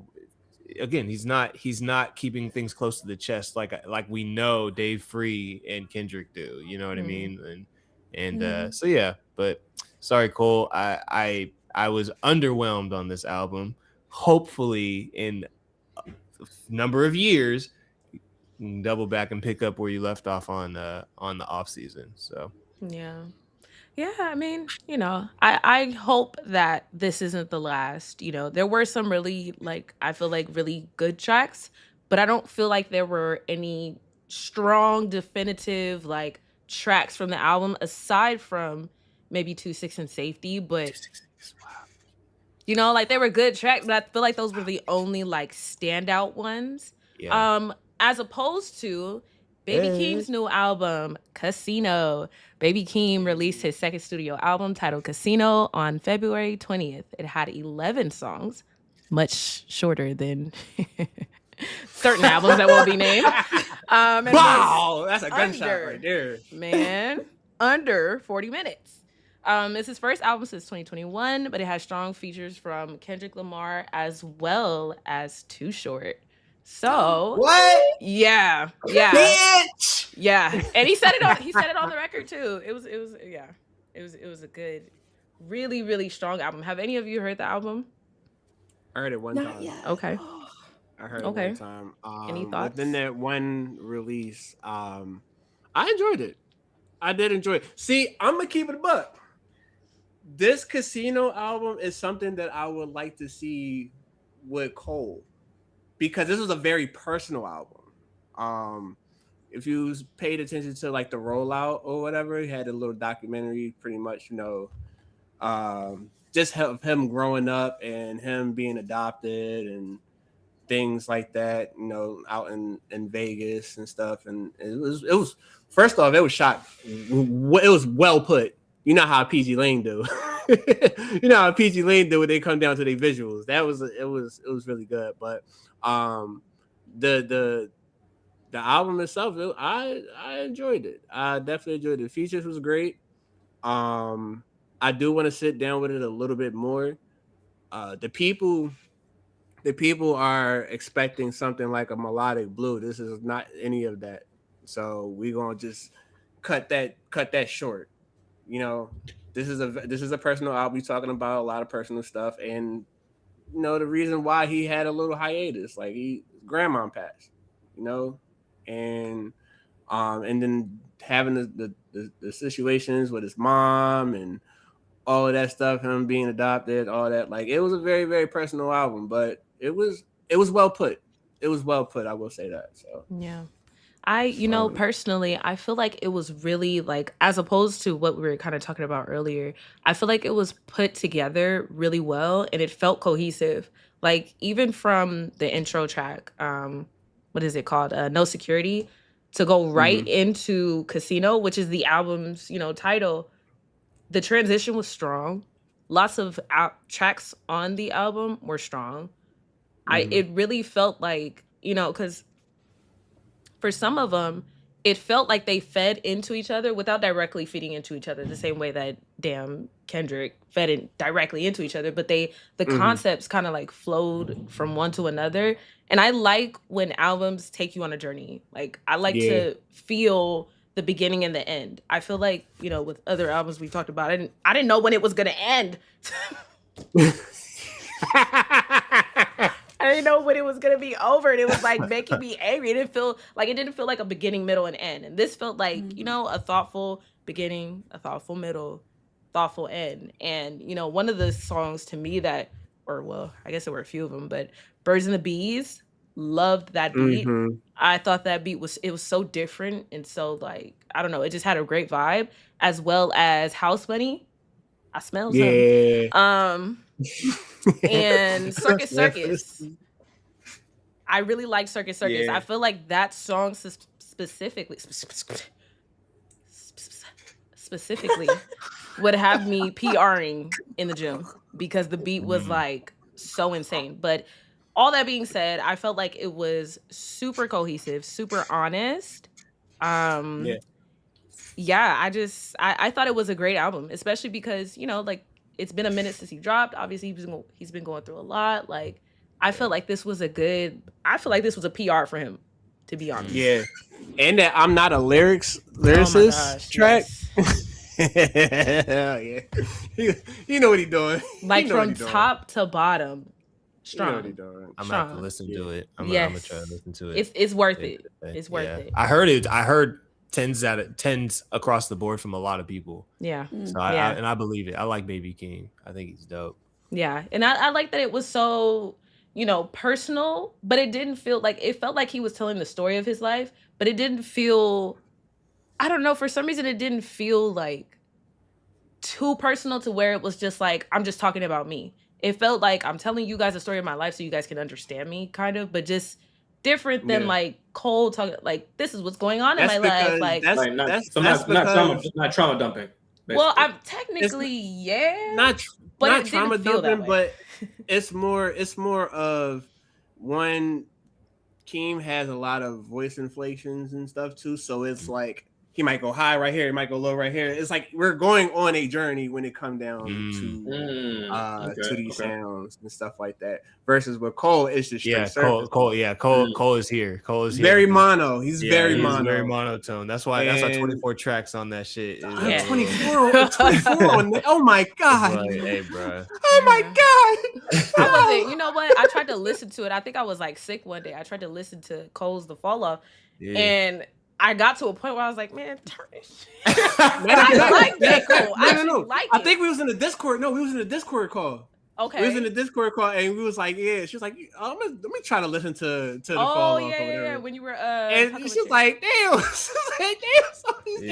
was getting an attitude because like you said, we know he can do better. You know, there's better that he can give. It's just I don't know what needed to happen for this, but I felt like there was so much potential and I just was getting irritated that, you know, he wasn't delivering. How do you be gone for, you know, XY amount of time and then come back with this? Do you think it's production?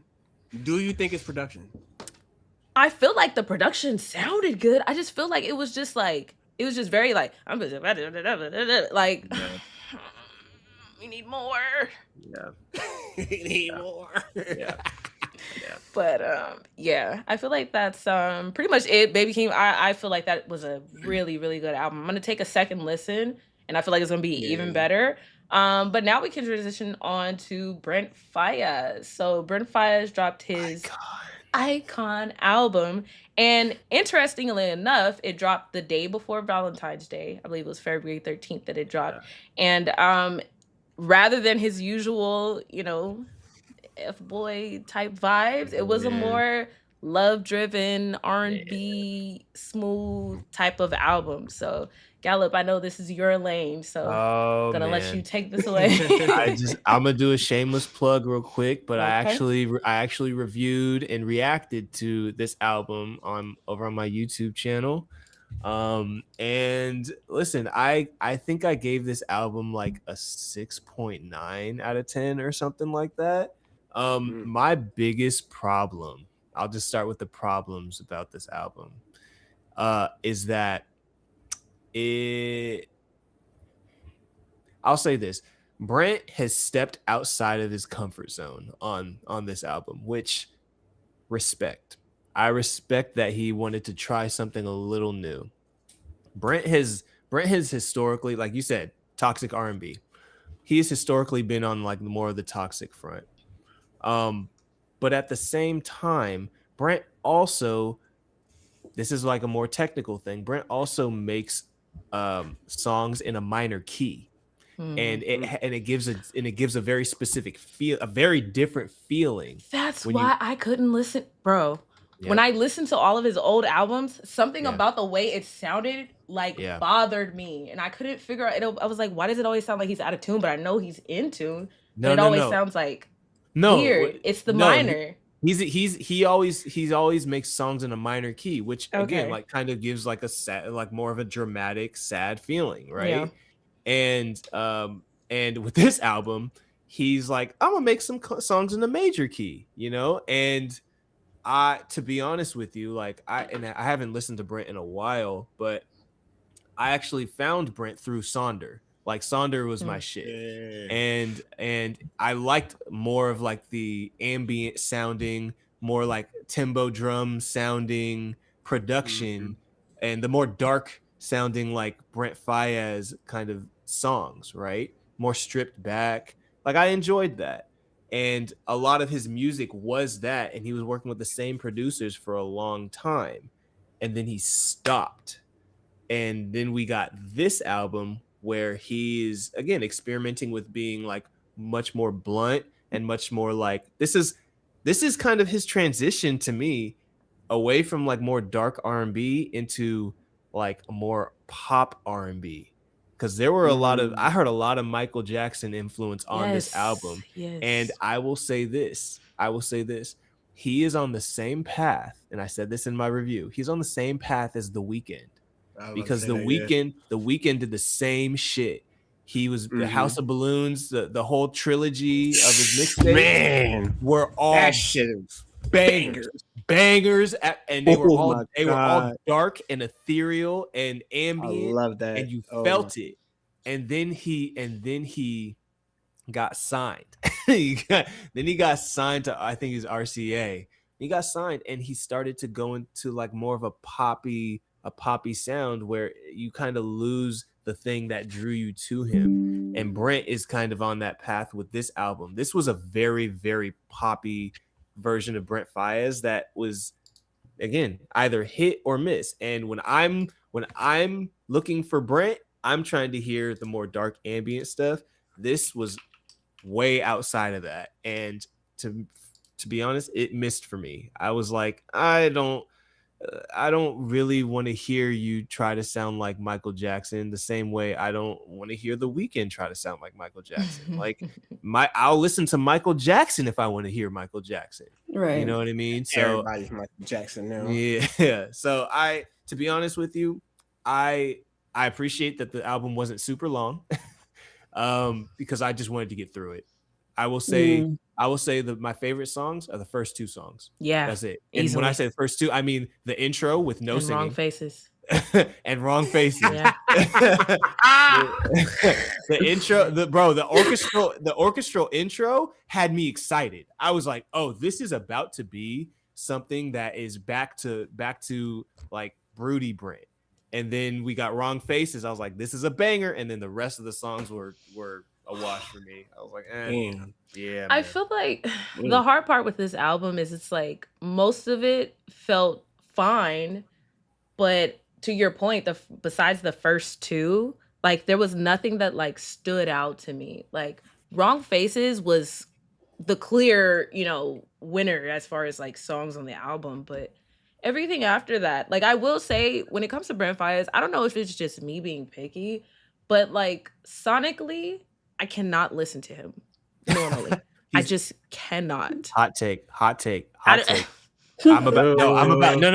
about to drop a hot take on your ass. And I said this over on Rhythm and Banter. But I'm gonna say it now. Brent Faiyaz is a mid singer. Okay, that's why. He's not that great of a vocalist. You know what? I'm gonna agree with that hot take. I don't like audio wise, I cannot take it. This album though, I feel like sound wise, he was a little bit better. He was a little less, I feel like I could listen. Vocally, he was a little bit better, but the production in this album lacked. To me.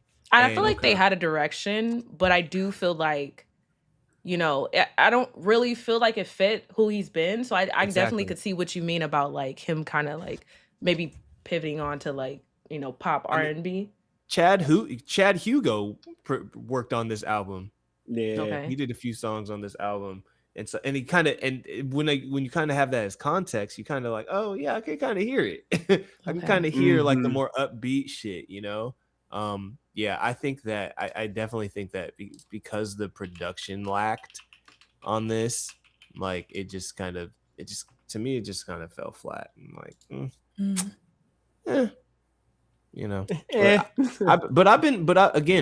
I've been off of Brent since he stepped away from Sonder. Like I think that he absolutely had more of a he had a sound.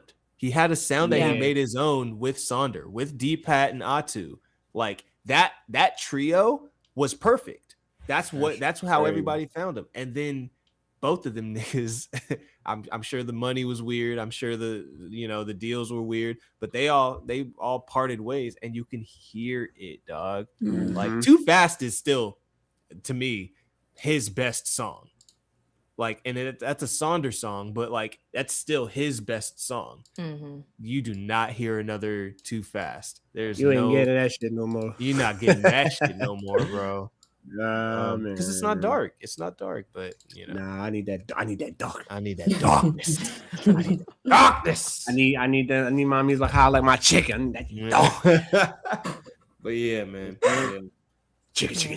But you liked it, RJ. You liked it. No. No.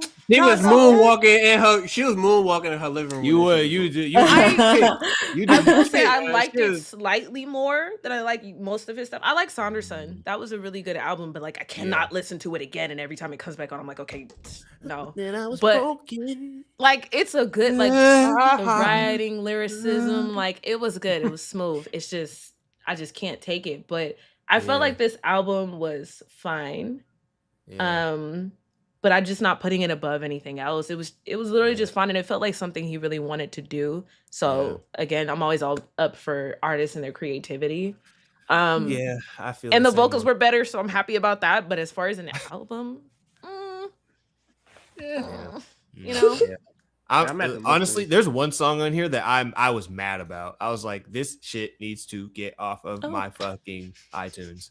What was it? It was the most Michael Jackson song on here. Oh, I know which one you're talking about, but I don't know what it was called. Like again, for Bruno, for Brent, I didn't really write down any other songs other than Wrong Faces because I thought that song was so good, and then I was like, oh, this album's gonna be good, and then it just kind of fell flat. Nah, that shit. He missed. Unfortunately. But that'll move us on to an album I thought was amazing. Bruno Mars recently released The Romantic. I didn't hear any promo for it. Other than the Grammy-winning song, fucking "Die with a Smile." Is that on here? Well, yeah, definitely that. But you know, the I didn't biggest see song in the world right now. any promo. I guess maybe that's enough promo. But sure. Did anybody listen to it or like? No, I did not. I'm listening to it. Okay.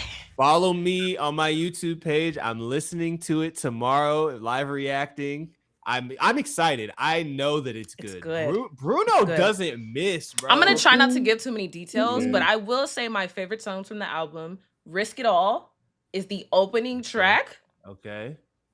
Listen, if you can get that's important. That's important. Talk about it. If you got the opener, if you got a good opener, we're in for a treat. I don't think I've ever heard. Well, not ever, but I haven't in a while heard an opening that was that big, that full, that dramatic. I'm excited. I'm excited. Yeah. That one, I might live stream this shit. You know what I'm saying? You probably do it. You if you don't, you're gonna wish that you would have, because reaction time live wise, I can't even imagine, because Cha Cha Cha. You know what? I have to say something about Cha Cha Cha only because it's got like. Are there features? Wait, are there features? There are some features. Don't spoil the features. Don't spoil the features. No. Not features. I'm gonna try not to say about the specific things. I'm gonna keep it light. So Cha Cha Cha was Spanish beat in the back, right? It's got the the Spanish yes. And then it's got disco laced with that in the background, while some of the lyrics to the chorus are hip hop. And I'm not gonna say what it was, but nah. Don't. It's gonna eat. Gumbo ass song. Nah, don't. He said gumbo ass. It was so, and I've never heard anything like that. But I love the amount of texture that he put into this album. Like I feel like it gives a vibe of one thing, and then later down in the rest of us, like the songs, something completely new and fresh. And it was just it was just a vibe the whole way through. So Bruno's honestly, I feel like this is his strongest. For real. album. Bruno's that guy, man. Oh my! And he's trying so many things. Like he's doing it for sure. And it's going well. We can't talk anymore about this, RJ. Yeah. We haven't. So that's why he was on Fortnite. Okay. Probably. They must have heard it. Said, okay, come on. That's a little early promo. Okay. Yeah. So it was some sort of promo, but I mean, top to bottom, an amazing. I'm excited to hear what you end up saying about it when you do listen. So definitely send that in. But really quickly, we're gonna take a small break. Go and get some water, some refreshments, etc., and we will be right back. See ya in 5. Thank you, 5. Wait.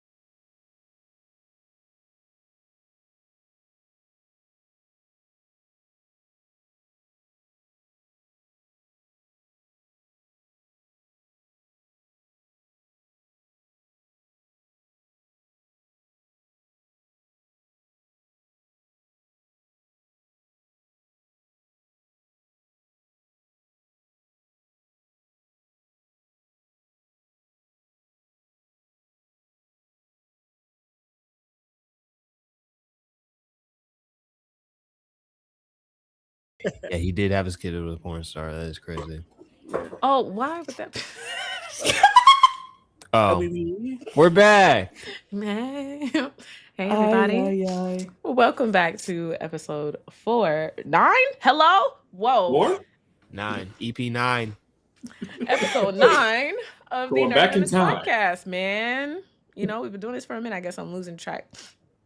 But yeah, welcome back. We have Rome, GDP. Oh my gosh. Wait, am I important now? Atari. Oh, okay, Usher. Gallup. every episode we gonna hit our Usher. And, you know. I'm Usher today. Oh no! Oh, you're Usher today. You are. You're Oh my God, turn up. Let's go. Oh my God. All right, but with that being said, we were going to start off with our fourth topic of today. Why are they so determined to put my head there?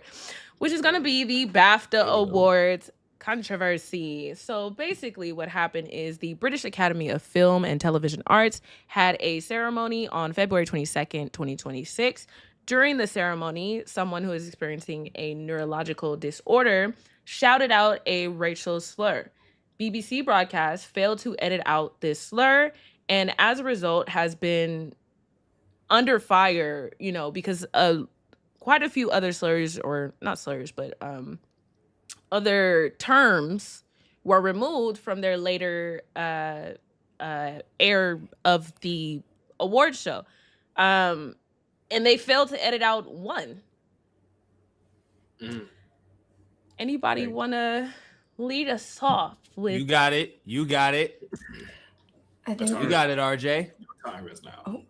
Oh, I think I'm just kidding. Atari. Oh, no, I thought you were gonna say what the word was. I thought that's what you were trying I to wasn't omit. gonna say what the word was. Okay. Atari, you got it? You got this? You got this one? do I I can have say what the word was. Okay, you know what? Rome, It was you the got it? N-word. Let's do it. Let's do it, baby. 2, 3. Oh, they're going in. Niggas! They're going hot. I can't. They're going hot. He threw the ER in that He joint. did. He hit him with a hard R, bro. He hit him with a hard R. the harvest of Insane. ours? Yeah. Well, he said, Yeah. bitch, nigga. I was like, Like both? Dang. You guys Calm have down a no little fears. bit. yeah. But I think Damn. most of what people were upset about was that I think it was I think the phrase that was edited out was free Palestine or something along that nature. Yeah. That was edited out, and yet the slur remained. Yeah.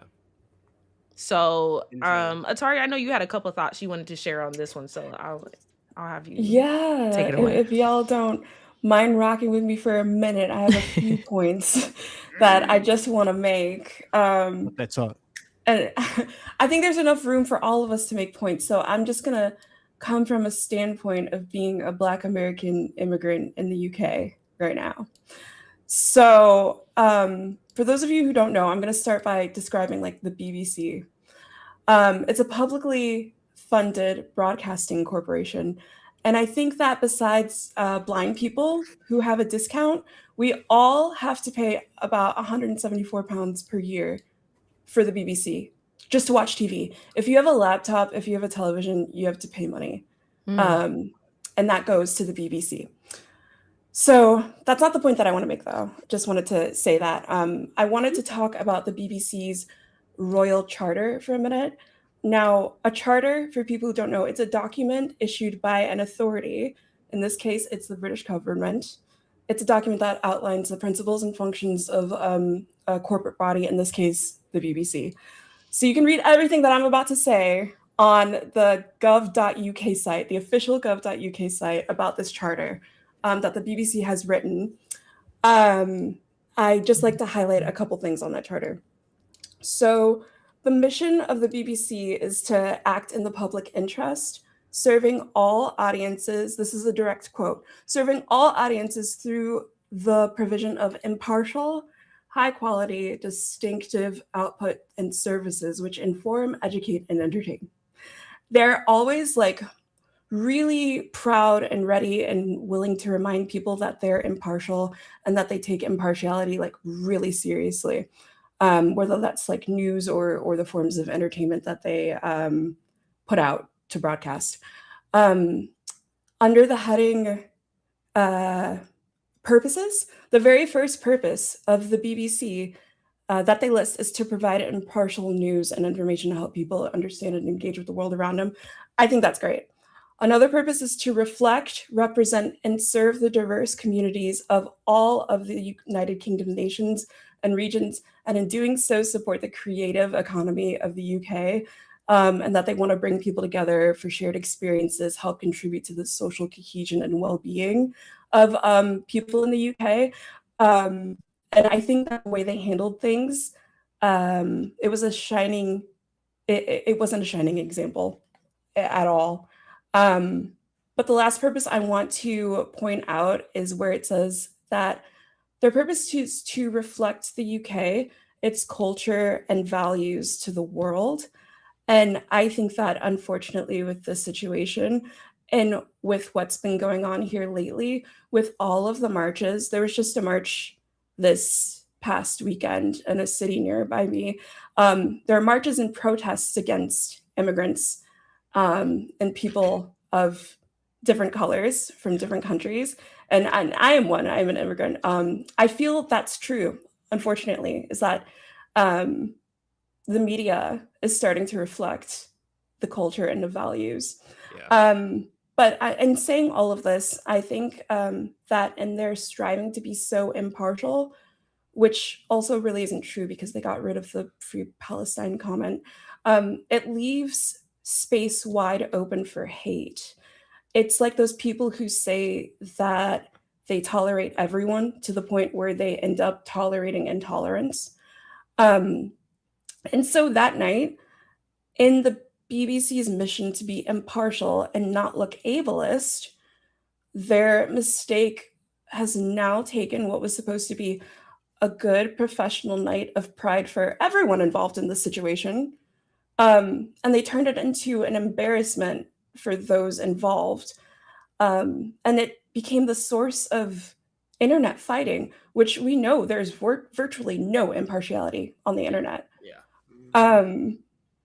And so if this is how they want to reflect the UK and its culture and its values to the world, then what exactly are they saying here? My last thing that I wanted to say is that it shouldn't come to a shock that sometimes me and other Black people want to enjoy media without being reminded that people hate us. Yeah. So we're not talking about Tourette's or anything, because we can feel empathy for everyone involved. That is possible to do two things at once.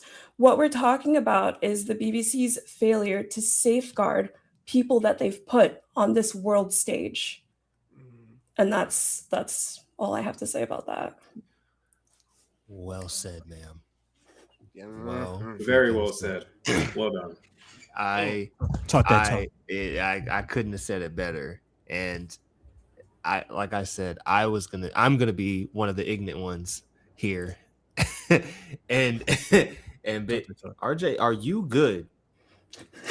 Yeah, it's one singular gnat that is just terrorizing me. But I'm good. Thank you. yo, ass Okay. right now. Okay, bet. Nah, I mean, listen, man, like I absolutely, I think my biggest thing at this point, and I posted this on my personal IG, but is basically like, why am I even acting surprised anymore with how easily these organizations, governments, countries, like whatever, disrespect us. Like, I think it's so deeply ingrained in the fabric of what makes these countries up. Like, any Western country, like it's built into disrespect Black folks, and it's not going away. So when we see something like this, where again BBC and the BAFTAs aren't holding themselves accountable and giving kind of like a throwaway apology.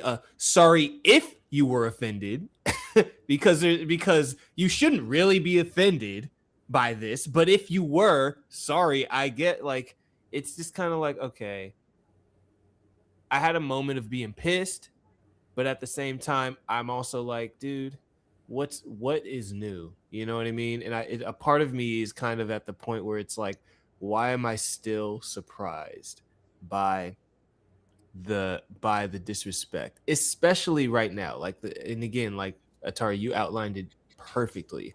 All the things that are going on over in the UK, like, it seems like there's a lot of a lot of parallels to what's going on over here, and it, again, of course, it's seeping into the media.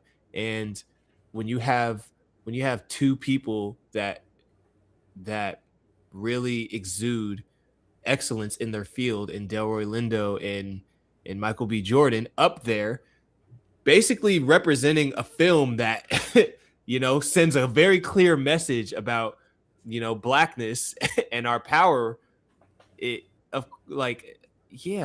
gonna be resistance to that, and people are gonna try to dim that light. And so when it happened, I was like mad, but I was just kind of like, why? I don't expect anything less. I'd be surprised if they did take accountability. I'd be like, and even then, I wouldn't trust it. I'd be like, what are you getting out of this? Because y'all have a history of treating us like shit, Mm-hmm. Yeah, which is, really unfortunate, because I think one of the hardest things for me with this is, like, I always want to be concerned about the people who have to, directly dealing with it. And, for the two amazing actors that are on the stage, I remember one time, Atari, you mentioned, like, what do we have to do, to, kind of have, respect. And for the two of them to be standing there on the heels of what was one of the most amazing movies, and then have to be subjected to that, have to, lock back in, because it's usually what we have to do is, oh, somebody said something stupid. All right, fine. I'm just going to keep going with what I got going. Why do they have to accept that and then lock back in, when and there's nobody to, I don't want to say protect them, because obviously they're both, grown. I'm sure they're fully capable of protecting themselves. But, I just think it's unfortunate they're there to celebrate and, be in the same room as everybody else, and it has to get pointed out and not deleted in the after. Bruh. I think it's That's just the atrocious. That to me is intentional. Because it Obvious. wasn't even live. Or It was- even to be honest, Hours even if away. it's not intentional, I feel like the struggle is that it's not affecting anybody enough for it to have been intentional. Like, even if Yes. let's say it's an accident, right? Let's say somebody just, it just slipped our minds to come in and, go back for that edit, right? Why not? You know what I mean? Like, this is I don't want to say hurtful, but it's somebody like Their degrading reasoning, the. I'm sorry. they sent out an apology, and I don't think the apology was really an apology. This isn't in the actual apology, but this was an excuse that they gave, was that production was editing from a TV truck, and they didn't hear the slur because it wasn't on mic.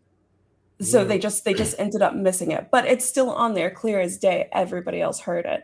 It was just an excuse. How do you miss something like that? Do you know? And let's assume that that's true. You need more people on your team, because there's no way that nobody in that room didn't catch it, messaging, hey, we need to make sure this is deleted in the after. Like, if that's the case, you have more work to do to make sure that stuff like this is not, because they sent out a notice beforehand, pretty much letting actors know, like, you will hear things that, may not be the most appropriate, but we want to make sure everybody's included, which they should. They should make sure everybody's included. But I think whatever system they have going, because let's assume all of this is true, whatever system you have in place, immediately fix it. Because there's no way that something like that happens in person at your event and you don't correct it, you don't rectify it, and you don't do anything to kind of show that, like, this isn't acceptable. We don't want you being called that on a public stage. And, just I don't know. I don't really know. Because I know they weren't really, quote unquote affected by it. I know they asked Michael, and he said, like, I totally understand, which, is usually the position we have to take is, oh, I understand, but I Yeah. think there's more that the company itself, the broadcasting service, could have done to make sure, they were respected and My I don't know. question to that is, given everything that we know and everything that we have all experienced, why would they? And that's really the point. Yep. Find out the next episode of Dragon Ball Z. And that's, I think that we get into that a lot of episodes. You could be incredibly talented, you could be incredibly rich, you could be incredibly, but at the end of the day, Goddamn. you know what I mean? What can we? It all comes down to what can we do, and it's not a lot right now. Yeah. We just be there for each other. Yeah. That's it. That's it. That's literally all we it. can do. That's it. Hence, Dirty Lemons podcast, baby. Period. Shouts out to this podcast. Unity. And I did want to say this. On the topic of unity. Like, I think there is also something to, like, a big reminder. And I had this like reminder as I was leaving the gym today, which is like, we have to remember that a lot of these things that happen that get us so angry with one another and getting in arguments with is by design, because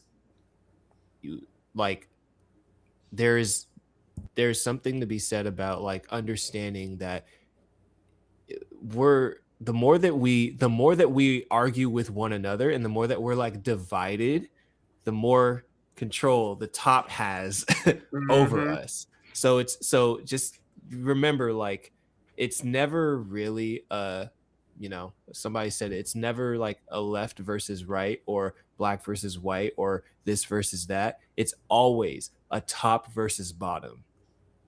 And the top is always trying to stir things up between us with each other so that we're divided and easier to control, like the whole like divide and conquer thing. That's what it is. And so it's like, if we can kind of recognize that a lot of the bullshit, because that's what it is, that makes us so angry and makes us want to lash out on people, that we have to remember the people to be mad at are the people at the top, and we have to do what we can to fight the people at the top. So I just wanted to say that.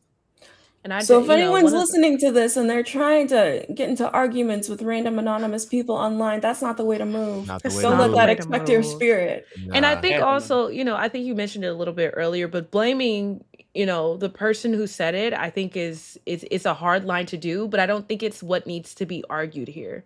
I think completely and totally what we need to be arguing is, just making sure that things like this, of course, they're still going to happen until, we don't allow them to happen or whatever the case is, but making sure that people are getting the respect they deserve. I feel like they don't deserve to be called the N-word on a stage where they're presenting an award. Like, I don't feel that's appropriate. I don't feel that that's something that should be easily missed or looked over. Do you feel like the solve to that is, as Black folks, we need to have like a unified boundary to hold people accountable?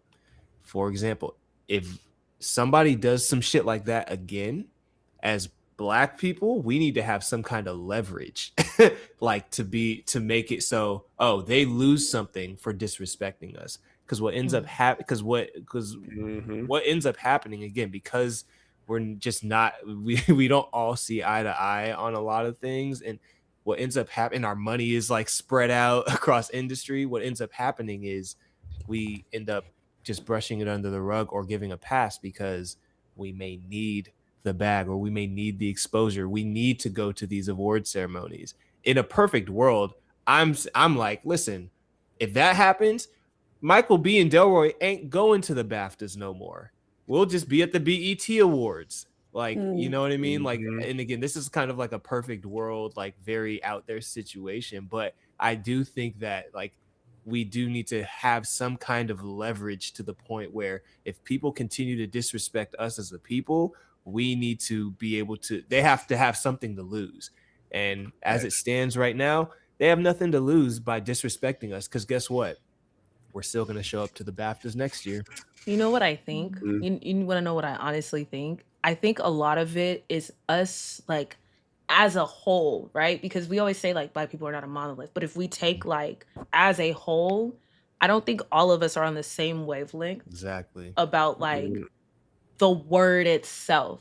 You know, some people it's like, no, I never say it. I never say it. Some people, I say it to everybody. Some people, they say it all the time. Yeah. Other cultures say it all the time. Some people mind, some people don't mind. So I think, like, a lot of the reason why it seems like, you know, oh, well, you know, it's just because I don't think as a whole, I feel like we've tried to reclaim it and, you know, kind of make it ours. But I don't even think that we fully understand what we want from it, aside from, well, not even, I was going to say wanting to be able to say it, but some people want everybody to say it. Some people, you know, I say with my homies, like, it's another word for homie. Like, it's just, I think that's had part no of it. OGs, man. Nah, bro. It's a listen. I look at it as like family matters. It's like, listen, I don't call you honey. I call my wife honey. I don't call, you know what I mean? Like, you don't get to call me honey. It's between me and my family. Nigga is between me and my niggas. Y'all don't say this shit, you know? Yeah. But yeah, I 100% agree. And again, I was gonna say, RJ, you're in LA, so you already know. Boy. Even on Apex. Listen. Listen, boy. I live in a Mexican neighborhood. The way they be throwing that word around, boy. Yeah.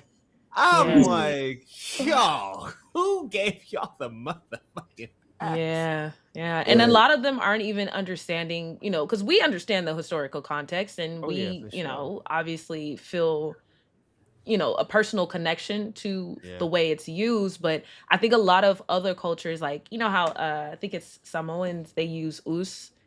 And then, like, you know, other cultures use, yeah, brother, you know, like there's, I think they're thinking of it in that specific terms. And I don't think that we're like, I think that sometimes, like, because I feel like put it in music because that's your expression. But I think sometimes when people put it in music, I feel like they're not thinking that people may be receiving it that way, you know, of like, oh, it's just a term of endearment, the same way as bro, the same way as oos, the same, like all these other terms are terms of endearment. So, oh, this is theirs. If I know them and I want to feel cool with them, I'm going to use theirs. And not understanding, like, we have a completely different connection to, you know. It's just like the bastardization of AAVE as well, too, though. They've put it all over the internet, and now people are using it wrong or changing meanings or adding meanings. And it just, it isn't grammatically correct or anything. And it's like they're like, yeah, this is yours, but now it's ours. Thank you. And I feel that they're trying to do the same thing with that word. It's just a word. Get over it. No. Because what do you mean? Y'all changing the meaning of unk is the weirdest shit I've ever seen in my To entire what? life. So unk is What like would you change it to? uncool. What? Huh? Stop. Oh dear.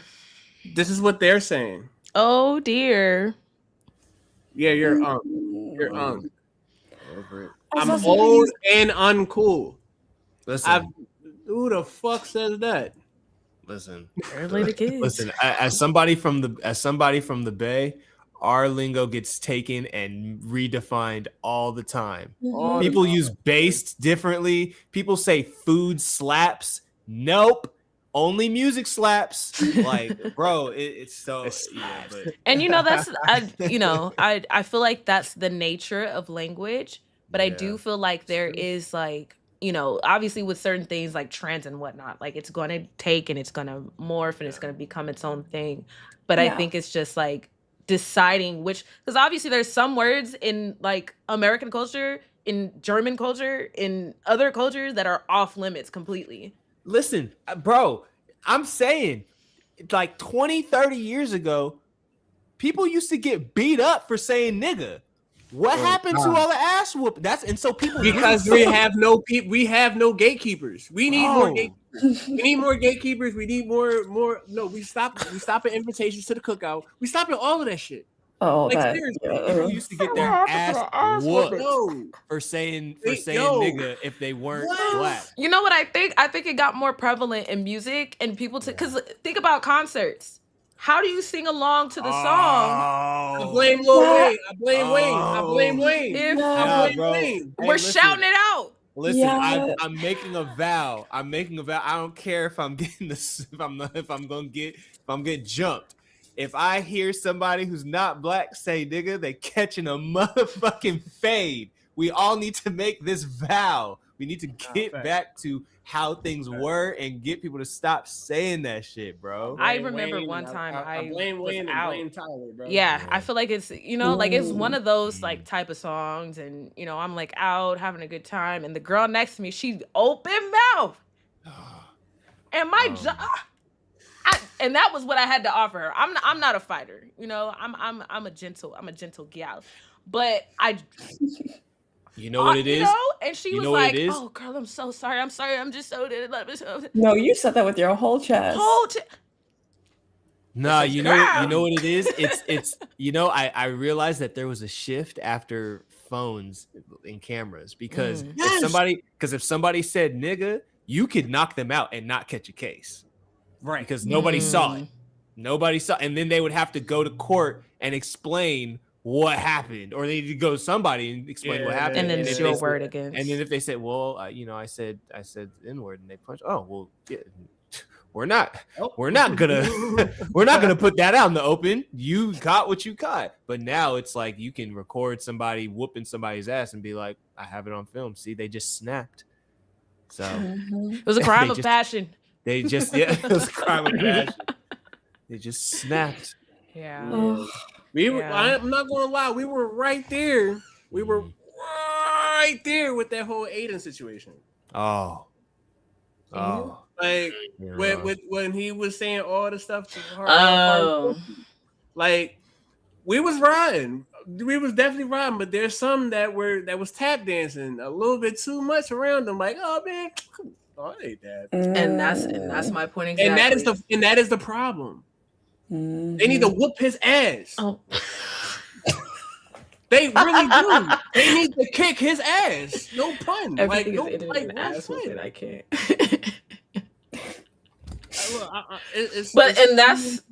the point. With a lot of stuff because there's a lot of people who don't care enough. Yeah. No.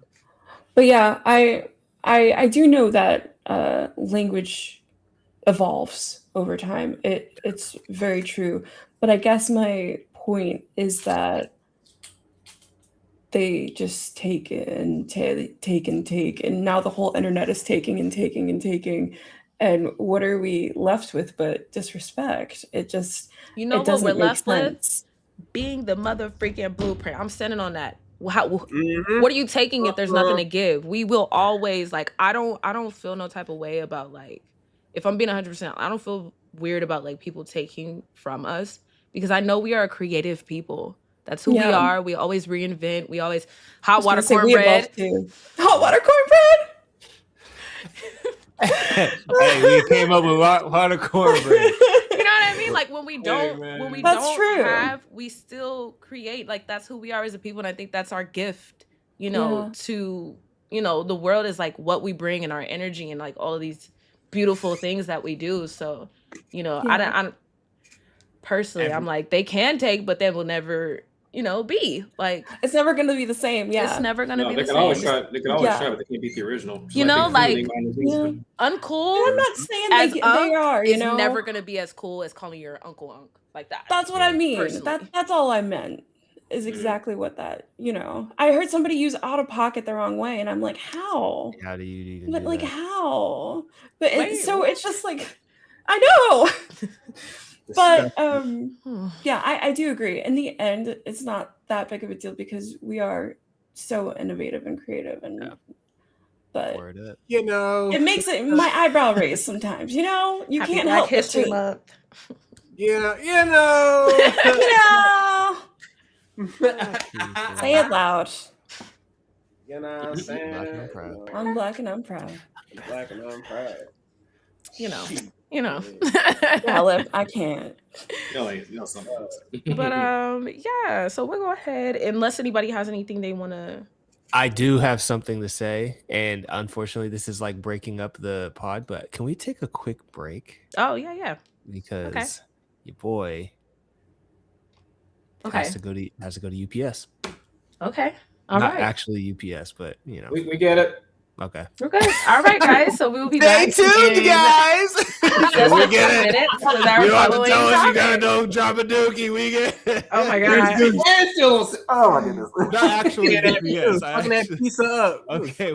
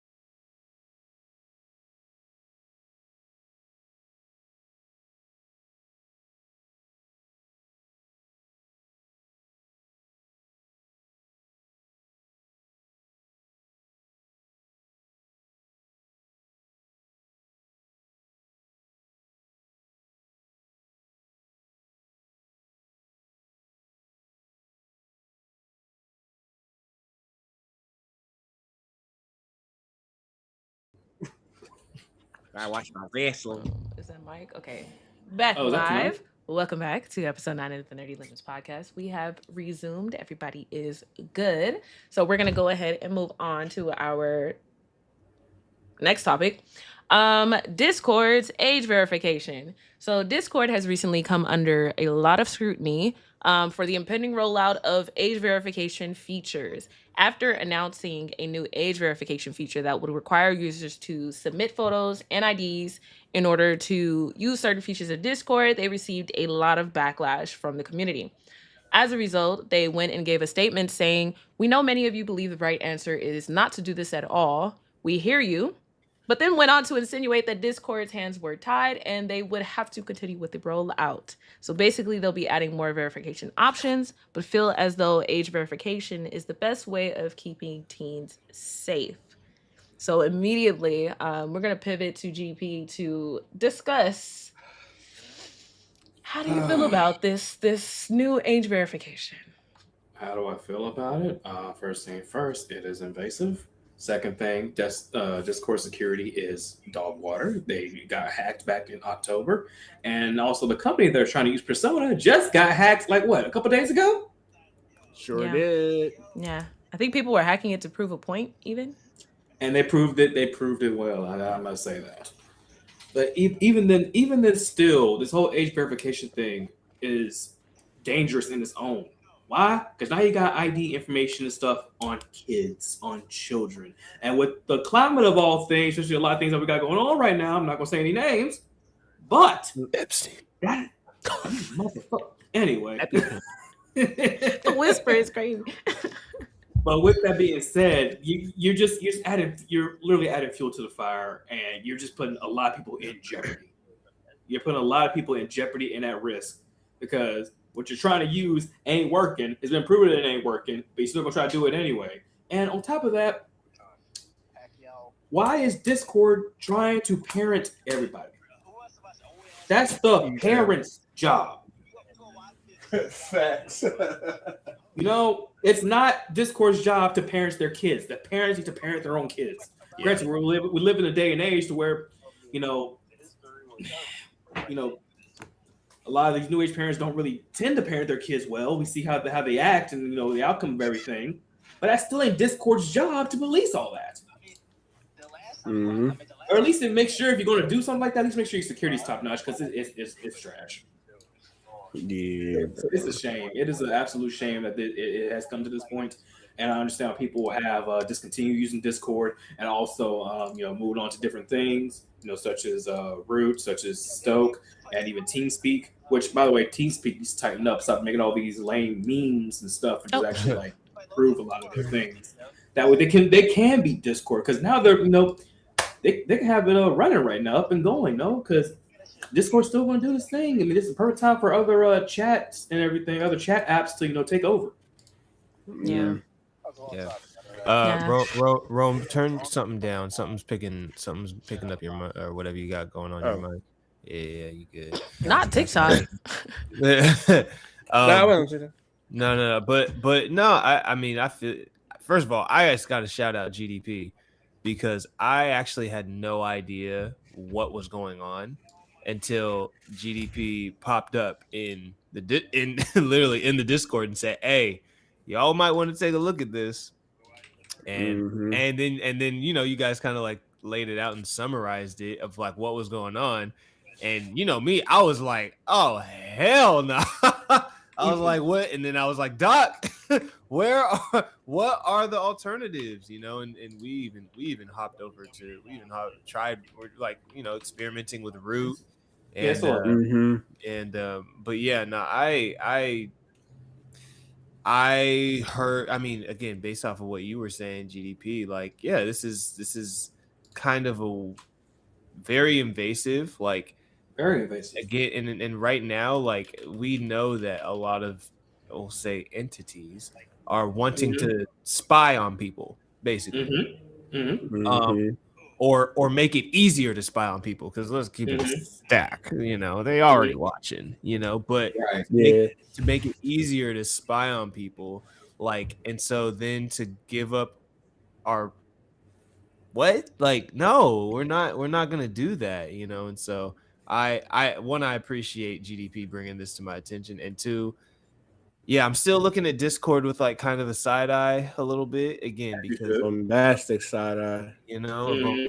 side eye. And another crazy thing about this is that Roblox did this, Bruh. first, and look how that turned out. The game that should You're not doing the same thing. You're not protecting kids. You're putting them in more danger than what you realize.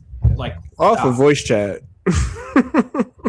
mind you, the majority of people that deal with things are going to be children. Yeah. And you at the age of 13, you want a 13-year-old, a 13, 14-year-old trying to put their information up on the thing? Are we for real? Are we for real right now? Yeah. So I think the question here is, what do you guys think would be an appropriate alternative to the measures that Discord is doing? Because Discord maintains like they want to be able to find some sort of way to keep teens safe while also keeping the adult experience, It's not suitable fair. for adults. It's Well, not because if they're going to get sued, right? Because ultimately, I'm assuming all of this comes down to we don't want to be sued because children on our platform are experiencing things that adults are supposed to experience, right?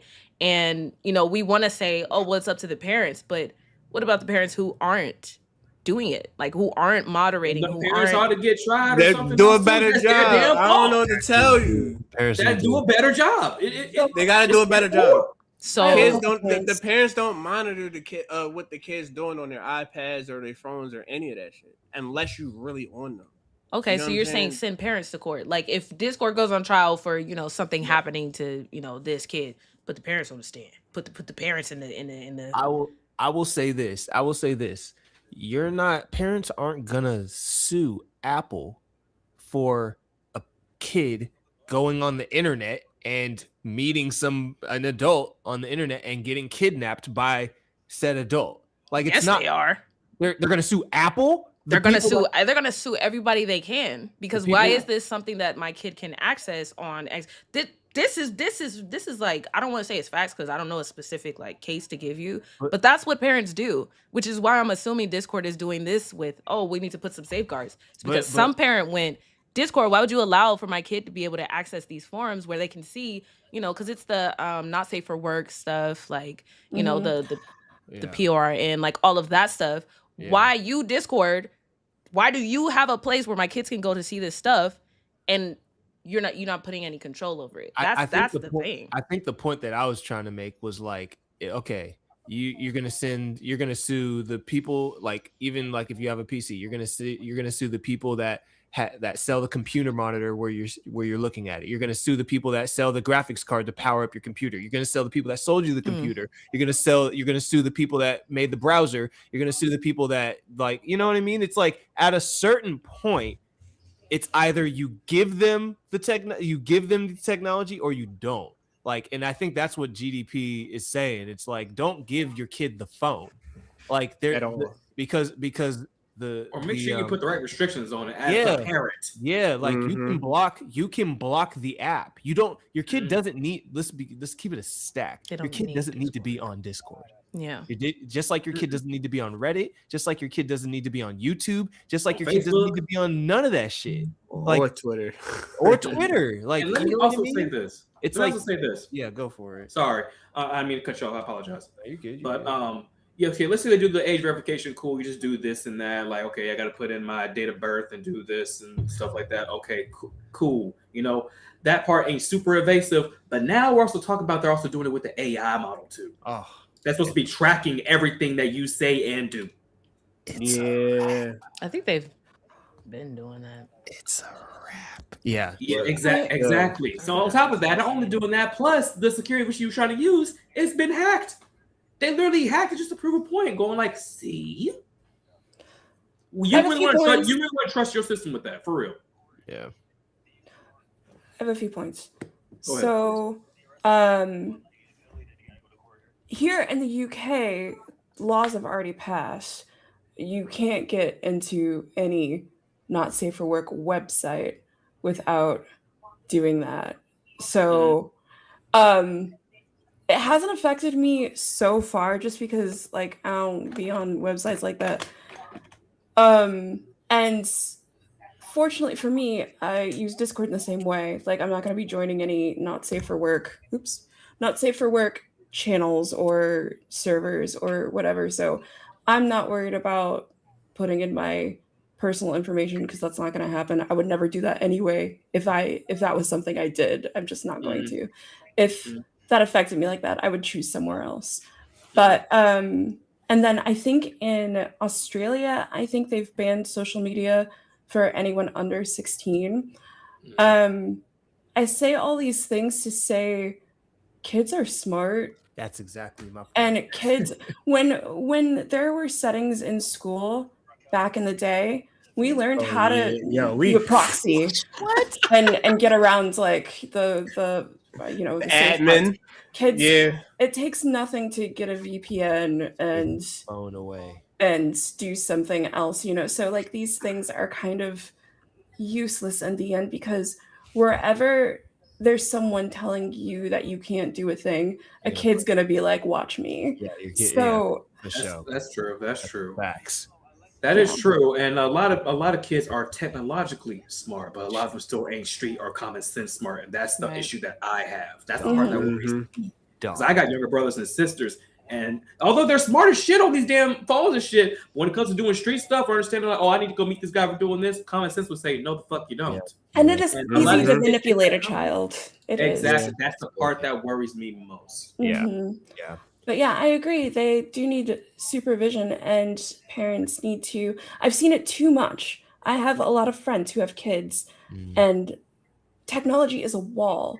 So the adult will be in front of a screen and the kid will be in front of the screen and there's no connection at all. None. The parents don't know the first thing about what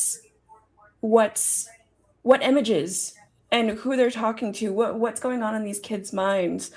And they're becoming desensitized. They're not seeing people as humans. Their whole personalities are changing right in front of their parents' eyes and they're not doing anything about it. So we just need people to be more hands-on, spend personal time, spend time together with your child, go outside, let them be a kid, not a mindless zombie. Right, and please teach your kids the ins and outs of stuff. Seriously. Yes, safety, internet safety. That one conversation could literally, change their life or save their life. Yeah, right. I think the hard part when it comes to, because I am a parent. Shouts out my boy. But technology itself, it moves so fast. You know what I mean? Like, I feel like, whereas I don't like the idea of uploading my photo ID, I like the idea that most of Discord will be supposedly untouched, even if you don't upload your ID. I think they said it was close to like 90% of users won't experience any reason to upload their ID, right? So I like that. I like that they're trying to care about the experience that kids have. Because my kid, he's young. He doesn't need to be on Discord yet, right? But I can imagine, like, a young kid saying, Mom, I want to download Discord and be on it because all my friends are on it, right? What's to stop that kid from exploring and, doing this thing because the mom doesn't understand what Discord is? You know what I mean? Like, I'm technologically sound, so I got all kind of restrictions and blocks and all kind of stuff on, my kids' devices. But for the parents who don't understand what it is, it's just, oh yeah, honey, like I don't know what that is. Just go. No, right? Gotta get put on game. That's the part. But I'm saying that to say, like, I appreciate Discord's, intention with making sure that even if they access the app without, the parents understanding what it is, they're not exposed to things that they shouldn't be exposed to. The internet's already a big place. There's so many things that could jump. Like, you try to watch anime, all of a sudden you want some singles in your area. Right. Yeah. You know what I mean? Like, kids. Like, YouTube Kids is also wicked too. It's crazy, right? Which is why, that got nixed. But, I'm saying that to say, like, I appreciate that they want to, implement certain things. But I think that 100% they should have led with 90% of users will not experience any change. Yeah. Like, bad communication. The way they let is, we're gonna do age, we're gonna do IDs, we're gonna do this, we're gonna do that, and it's like, whoa. Yeah, I think the rollout was terrible. Absolutely horrid. Absolutely. Because even with the message they did not too long ago, it's like, all right, we hear you. Like, you know what I'm saying? Don't ass now. However, we still gonna do this shit. But that's mainly important. That rollout. If you're gonna try out some new things, just make sure that you present it to the people the right way, because it's a lot of people that's on Discord. Yeah. It's a lot of people, like from just regular friends from all across, just hanging out, to organizations and things like that. Like, you know, it's a lot of us. And you know, people be living on Discord, to be honest. But it's like if you go and do some stuff like that, just make sure you do it properly. Don't freak people out. Don't freak people out. Because adults don't want to be parented. I think that's the main thing. Like, adults don't want safeguards on them. They want to be able to have their experience. So had they led with them, it's like, the whole time the fuck no. Like, real shit. Like, again, because when I heard it, you know, all I saw was IDs, age verification. And I was like, oh, I ain't no way I'm uploading my shit or snapping my, you know, doing my face scan. Like, so if y'all kick me out, I'm like, shit, y'all ain't even give RJ her old account back, man. Honestly, I'm not even gonna lie to you. I've been salty about that since it happened. So even when all this rolled out, I was like, good, that's another reason I've been fuming about that. And the thing is, people are getting around that so easily. When the law first went out in the UK, people are using I think, what had just come out? Sam Porter Bridges. Death Stranding? Yeah, Death Stranding had just come out. They were using stills of Norman Reedus' face from the game to like get through the face verification. What? And, you know, like they weren't even using like their own face, and it was like working. They were into like the night safe for work. You could put a whatever. face on there. That's insane. And this is the point that I feel like we're all kind of making. Like, I feel like Discord does game chat, it does, you know, community really well. There are a lot of areas where they could stand to have some work done before they start asking people for, you know, IDs and, you know, personal, like actual personal information. Like, I think it was kind of like, I don't know. I wish they would have done more to kind of say like, okay, we've taken care of the things that we struggle with.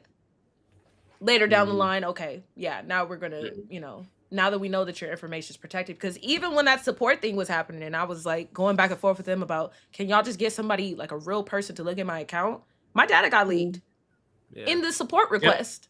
That's so crazy. And I had put like, you know, it wasn't like personal info, but I had put info there. And I wonder if it was the people who were trying to expose persona who ended up hacking.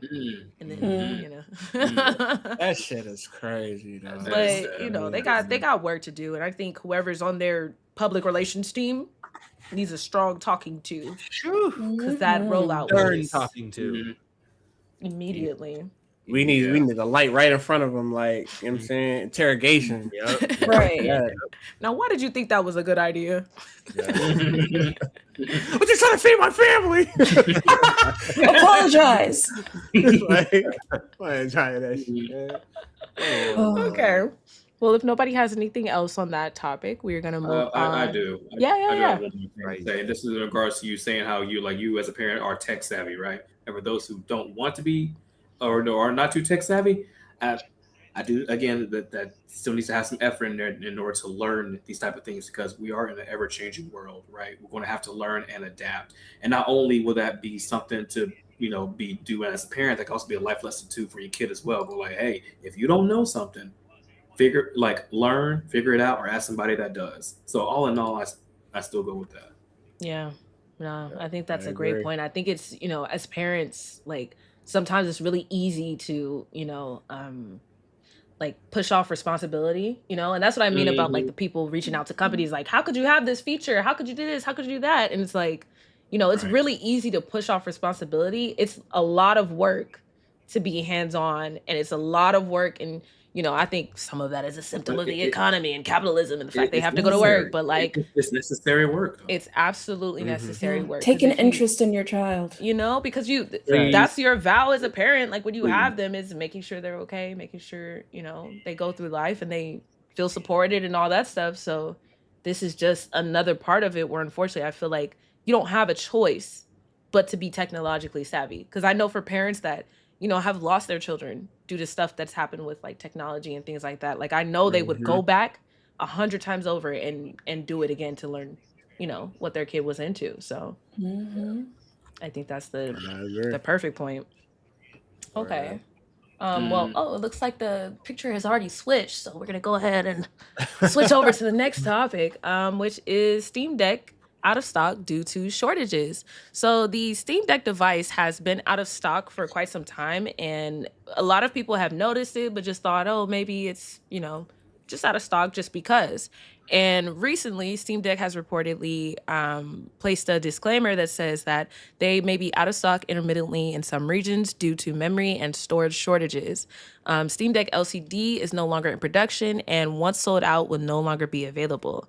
And the real question is why?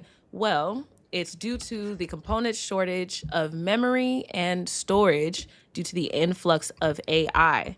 So basically, a lot of companies are investing hundreds of billions in building out data centers in order to supply stuff for AI and ChatGPT and like all those, you know, models, which has reportedly made it so that companies like Sony, Nintendo, all of those companies are trying to optimize their games so that they are more efficient for, you know, shorter memory devices.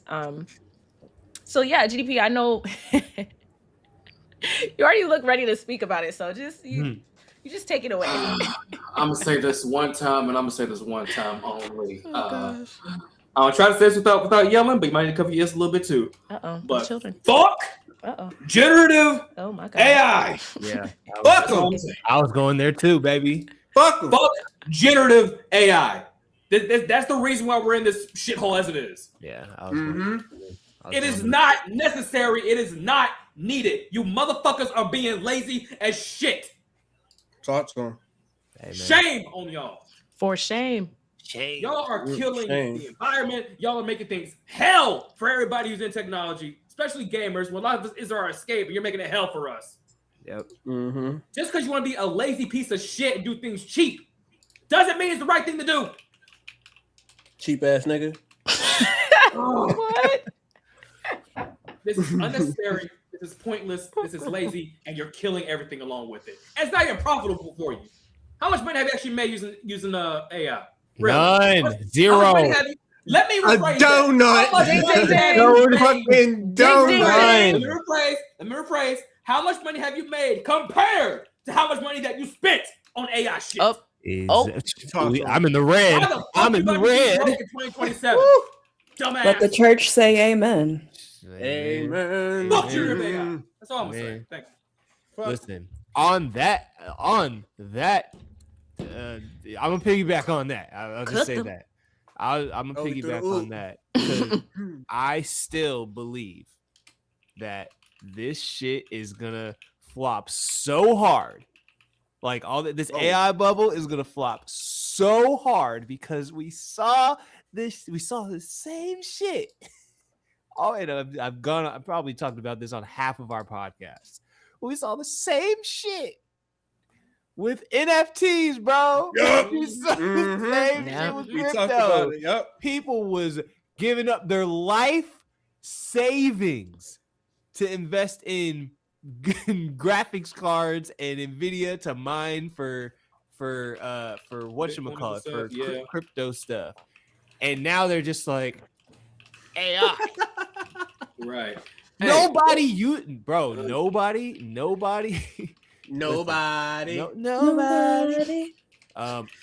benefits from nobody actually benefits from AI. Like, and I feel like people are really in denial about that.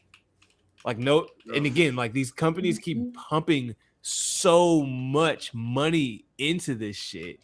And again, like it's fucking up the environment faster. If our environment wasn't fucked up already, we're just gonna expedite that process. Bro. But at the same time, bro, nobody cares about it. It's like I feel like they're pumping a lot of like marketing dollars into getting people to believe that AI is like really, really crucial to our livelihood. Mm-hmm. And the reality is that nobody fucking wants it. Nobody wants it. Like, and so the fact that we don't get a stream deck because of that shit, it pisses me off. I wanted one so bad. You know, I was plotting listen, on one. even outside of stream deck, maybe I just want to upgrade my RAM in my computer, bro. Maybe I just want Ableton to run a little faster. Maybe I just want slightly faster frame rate when I'm playing Halo. You should have planned that out a year ago, bro. But no. It's crazy word. Even if the PC markup is like expensive enough as it is. Yeah. You know? And not only is it affecting the PC gamers, it's affecting console gamers too. Yeah. A lot of us don't have that money to save up like that. Because I think everybody. The PS6 didn't it get pushed back? I believe they're gonna reportedly gonna be pushing it back.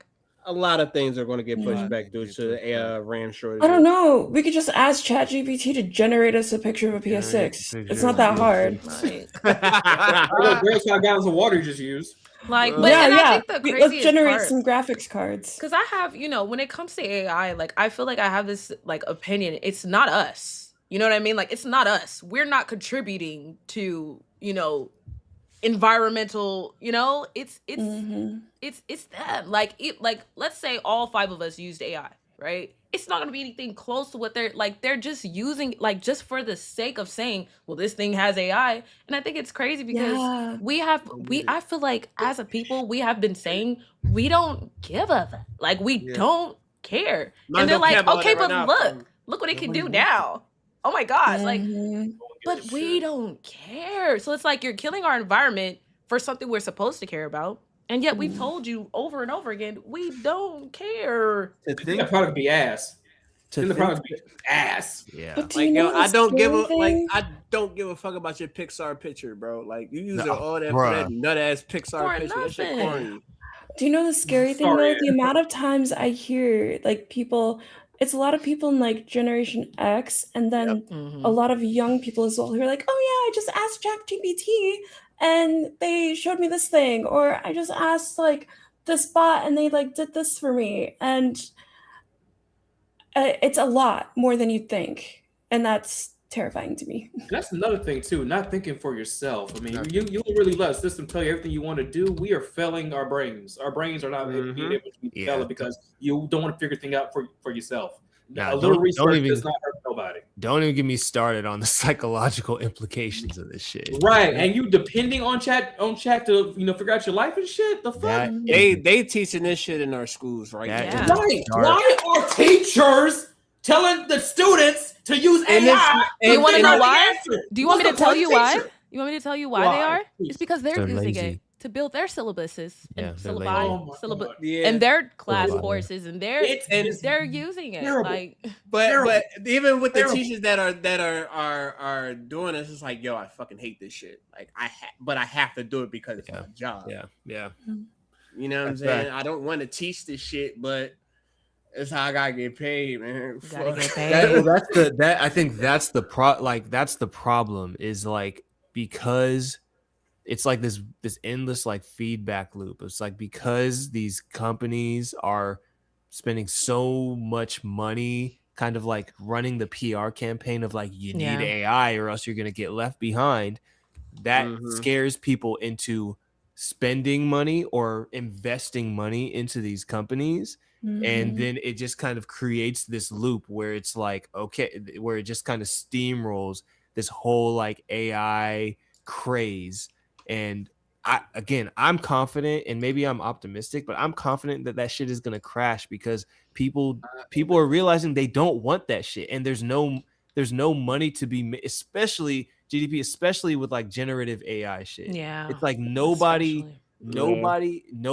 is making a dime off of that shit. And people are going to start to be honest with themselves about it to the point where they're like, this is a waste of time, energy, literal energy, money, and they're gonna drop it. And again, it's again, I'm confident because we saw the same thing with crypto. Saw the same shit. Yep.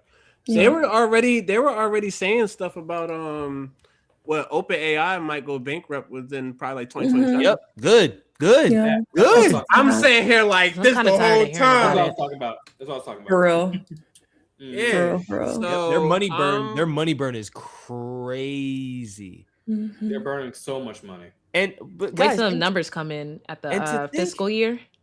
oh yeah, that shit's gonna be. They're all gonna be inflated as a big old lie. So And to think that the company that was making graphics for games is the company that is making the most money off of this AI I craze. just remembered that. Are Thank you for they? reminding me. Nvidia, yeah. Fucking Nvidia, Nvidia. yeah. Sorry. Are you serious? No. Yeah. Yes, Nvidia. Yeah. Nvidia is out the customer market. They're putting all their shit into AI. But Everything. don't worry. Don't wait. Don't worry. They're bringing back the 3060 just for us. A 5-year-old ass graphics card because all their new shit's going to AI. Yeah. Shit, I got Yeah, a 3070 in my PC focusing- right now. because these Bitch, graphics I'm AMD. cards Fuck you. because these graphics cards power the AI. Like, you know That what I makes mean? sense. So And it would that's what- have to be Here's the them. problem.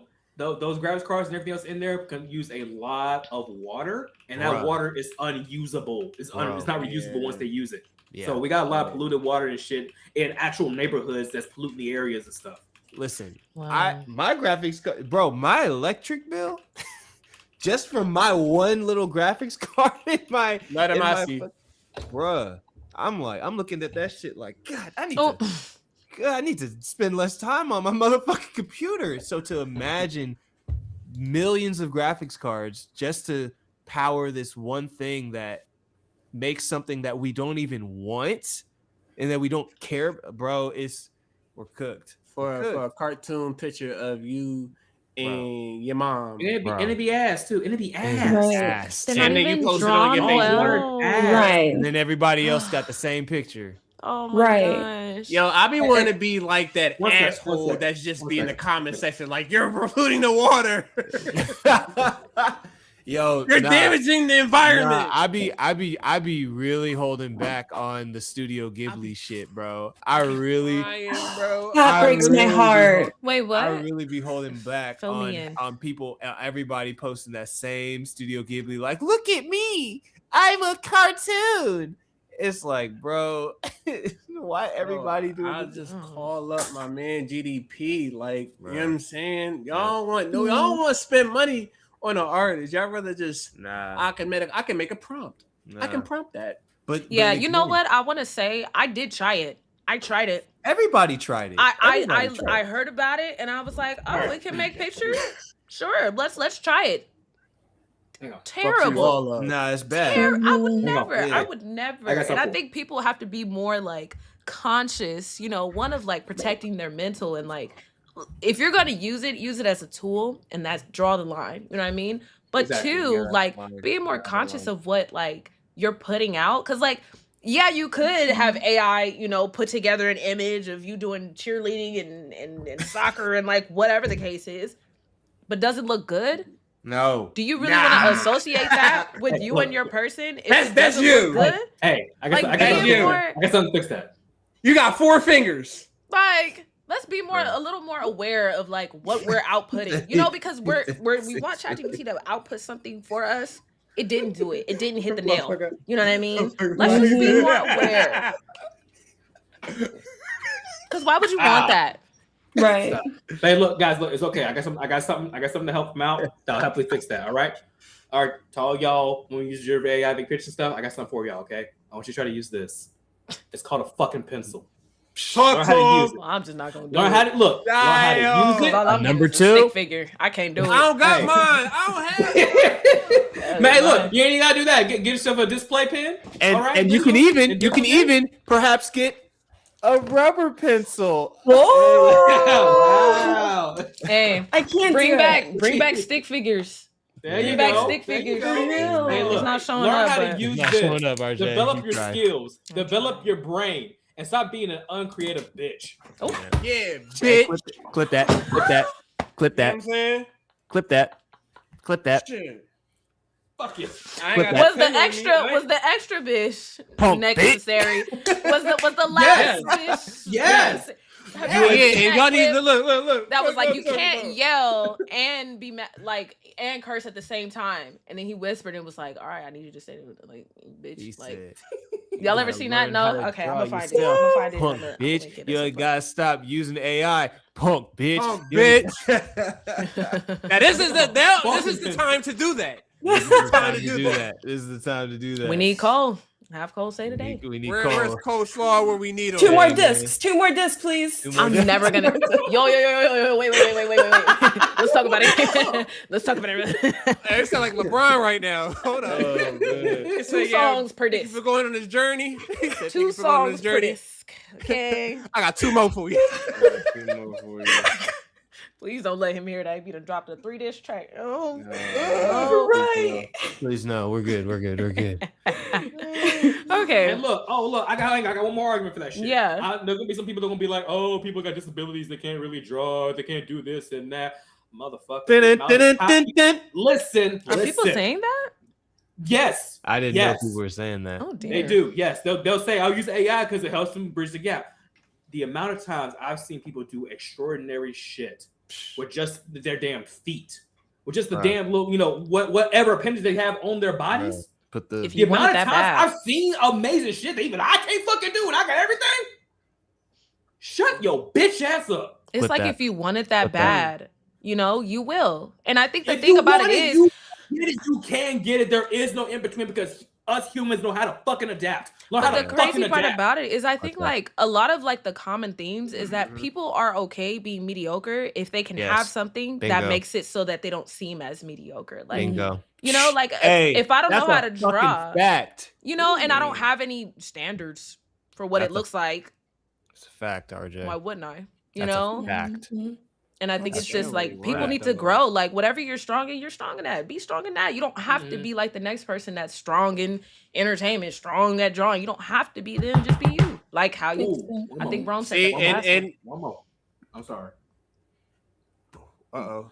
Another thing, people always saying like, "Oh, I ain't got the talent for that, motherfucker." You develop- don't need to have a talent to learn a fucking skill. you develop That's it. it. You You develop put the Yo. time in and you put the work in. Yep. Yo, Oh. we talked about this.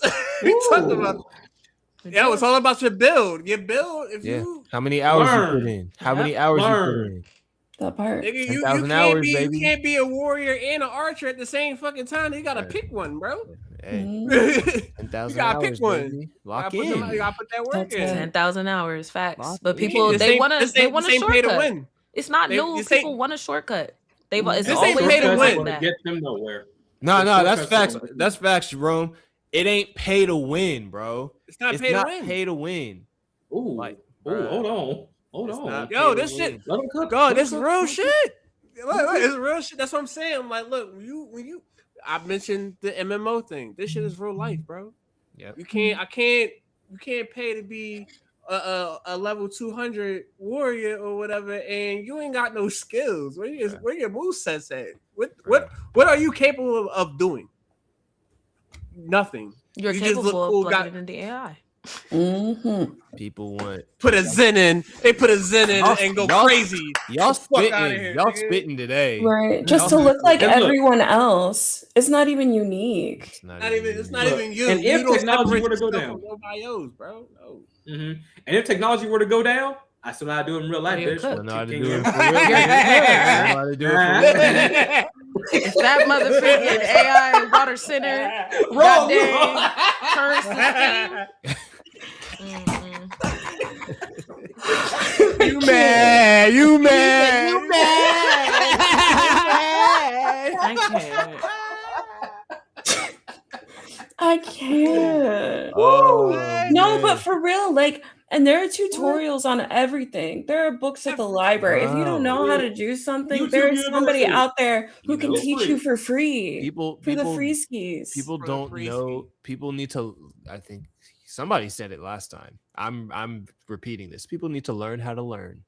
Mm. Right? People need to learn how to Hard. how to learn how to do shit, and people are too lazy to learn. Yeah. That's it. Too lazy to learn or too scared to look stupid. Like Yeah. no matter what you're learning, it's Meanwhile- okay to fail. That's how you learn. That's how you grow. Hey man, there's saliva all over me with all this spitting everybody's doing. And you know what? You know what? That's a lost art. That's a lost art that people don't think about either. Yuck! Hang on. Get off of me. Ooh, that was good. That was good. Too much saliva. Look, and that's a lost art that people don't think about no more. The art of progress. Yeah. People don't think about that no more. Mm. You know, everybody's like here now, here now, here now. Yeah. Look, I've noticed this especially when I get older. The amount of times I watch someone do something in a progress, you know, just to see how they develop and how to learn how to do that is, you know, it does something to you. You know, it's like it's something that's fulfilling. You know, because you actually see the work being carried out. You actually see like how they learn how to like, okay, I learn how to do this, and I can do this. I learn how to do this. How you refine the skill? Yeah, how you refine the skill, and you actually watch that progress and stuff too. That's fulfilling. Do you think Some LeBron people James don't find paid his way to get there? No, nigga. 10,000 hours. But some You got people the feet to prove it. They don't find fulfillment in, you know, watching the progress. They find fulfillment in the end goal. You know, like some people, they're passionate about money. You know, they're passionate about making money. So what's the easiest thing to get me to the point where I make money? Like, if I'm thinking about it, like, think about people that do like roids, right? True. You could get out there on the track and run and just go every day, practice, and, you know, do what you got to do. Yeah. Or you could take this little enhancer and now you beating everybody. Now you got your medal. You know what I mean? Like it's. I feel like this whole thing is surprising. Right. And then you have to deal with the consequences. The complications afterwards too. But they don't care. With a little shrimp. Shortcuts have their consequences. I need mine. They all do, but some people don't care. Like it's BBLs. Oh, I want my to look big. I don't want to work out for it. I want to do anything. I want it to look big now. So I'm gonna go get a BBL. This always comes down to laziness. That's all we're talking about. Lazy. But you see what I mean? Like it's. I feel like there's a mentality for certain people where it's like I can go get it. I know I can, and I'm gonna go do it. And there's other people that's like I can get it, but I'm not doing it the way that everybody else gonna do it. I'm just gonna do it. And that's their piss poor lazy mentality. Yeah, and those will be the people that will be happier in the long run. For sure, they have something to show for it. And I know whenever I learn something, that the pleasure that you feel from seeing where you began to where you are now, no one can take that away from you. Yeah. Listen. Ew! Get this, ew! Damn. Oh, this saliva! Ew! Icky!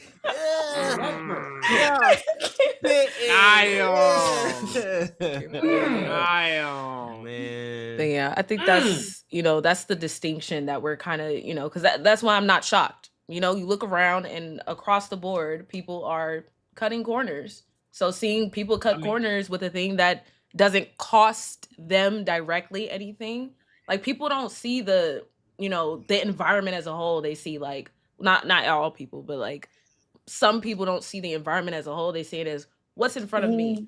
What's it's like more of like a me mentality where it's like, well, my day-to-day isn't being affected by this thing that I'm using, so I don't care. I don't care. I just want to get my money. I know AI will make it faster, so I'm just gonna use it. It's very, and that right there shows that people don't have love for the game. Exactly. That's all it is. That's all it is. It don't matter what you do, even with the streaming shit. Like you can see who really about it and who really there just to get a quick buck. You know what I'm saying? Like, and what are they willing to do to get that buck? Nah, bro, it ain't worth it. I'm here to build a community. I'm here to meet new people all around the world, all that shit. Yeah, and just especially my black folks. You feel me? but happy Black History. Black history, y'all. Black history, y'all.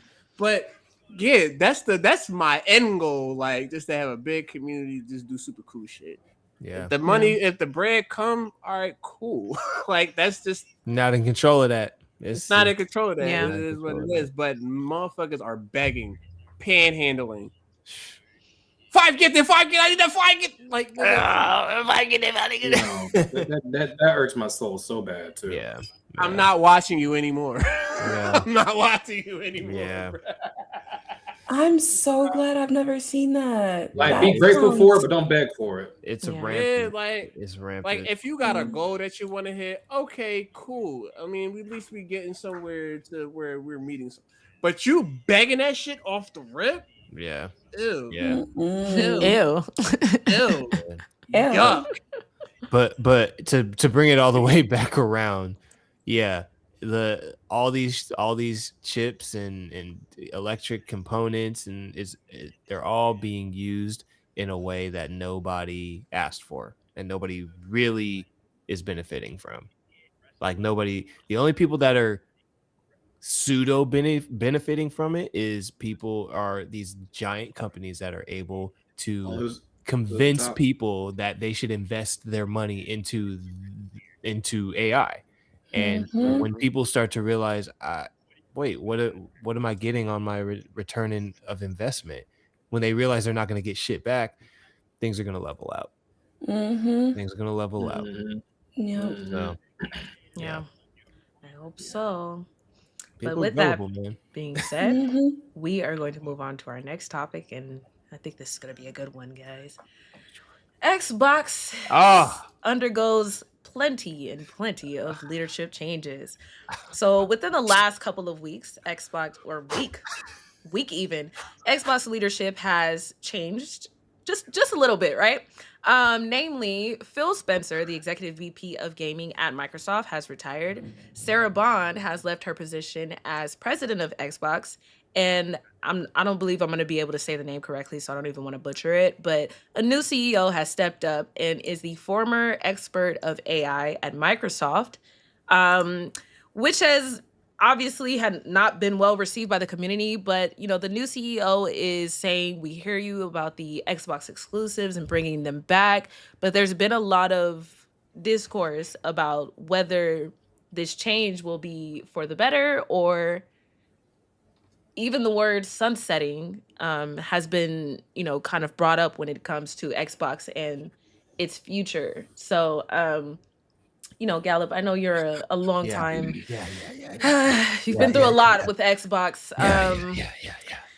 How did you feel when it comes to this leadership change? Do you feel like it's going to be a benefit? Like, how are you taking all of this? Yeah, I'll start with the positive and then Okay. I'll go to what I'm not fucking with. I am hopeful that this new CEO put out a statement, right? And basically it was like, like you said, we hear you. We want to make it about games. We want to make it about get back to games and right? Things we've all heard before. Yeah. I'll say the only way that I see this going well is this is an extreme, which I think it's just gonna sunset Xbox straight up. But the extreme is to again keep it about the games.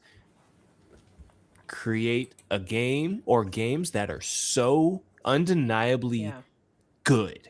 And I'm talking about like God of War level games. I'm talking about Spider-Man level games. I'm talking about like GTA level games that are listing PlayStation exclusives. That are no. But Xbox, but I'm saying that to make my point, which is Xbox needs to do the same thing and literally make it so that the only way that you can play these games is on an Xbox.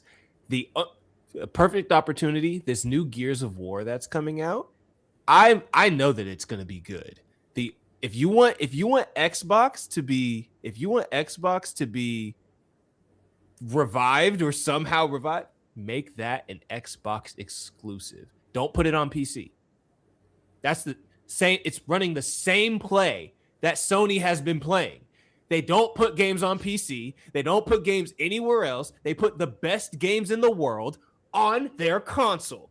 So that to play the game, you have to buy the console. Don't put it in a subscription. Don't do none of that shit. Just take the best game in the world and put it on your console. That is the only. And listen, you're gonna lose a lot of money in the first year of doing that, and maybe in the first 5 years of doing that. You're gonna lose a lot of money. Gonna have to lay off a lot of employees. But if you want to save this motherfucking Xbox thing, you gotta do it. Otherwise, it's already a wrap. It's already a wrap. So that's what I hope. GDP, you seem like you disagree with me. It's not that I don't disagree with you. Okay. It's not that. Okay. But I am going to say I feel like this is the final nail in the coffin, truthfully. Yeah. I do say that. And I'm only saying that, one, because of this new CEO. This CEO ain't really a gamer, and she came back from AI. Hell no. If you want to save a gaming company, put a gamer in the gaming position. Put the gamer in the position where She don't even play no games. She don't play no games. No games, right? And then on top of that, if I'm mistaken, they recently just showed that her profile on the Xbox has like 10,000 gamer score, but she only started like a month ago. Yeah, that ain't real. Yeah, I want to assume that was created just so it could be public. Exactly. Right. Yeah. Exactly. Which still isn't much better. She don't play games. She don't play games. Exactly, bro. And it's hard to really like get behind. Get behind somebody who doesn't play the games, because like you're gonna want to be somebody for the gamers, and it's hard for a non-gamer to be for the gamers. Yeah, I think. Go for it. Sorry, I think the hard part when it comes to this is, Xbox has always been PlayStation's like opposite, right? Like they've always been on the opposing ends. Like the competition was, necessary, but like, it was competition. And I think, Gallup, I think you mentioned it like a while ago, like they've kind of just like, I don't want to say given up, but they're not putting as much into, the company and the gaming, And when I heard it, I said, let me check out this person and see, if maybe there's some sort of hope for them to revive. Because again, Fable is coming, which is an Xbox exclusive, and I need that to be good, right? Don't put it on PC.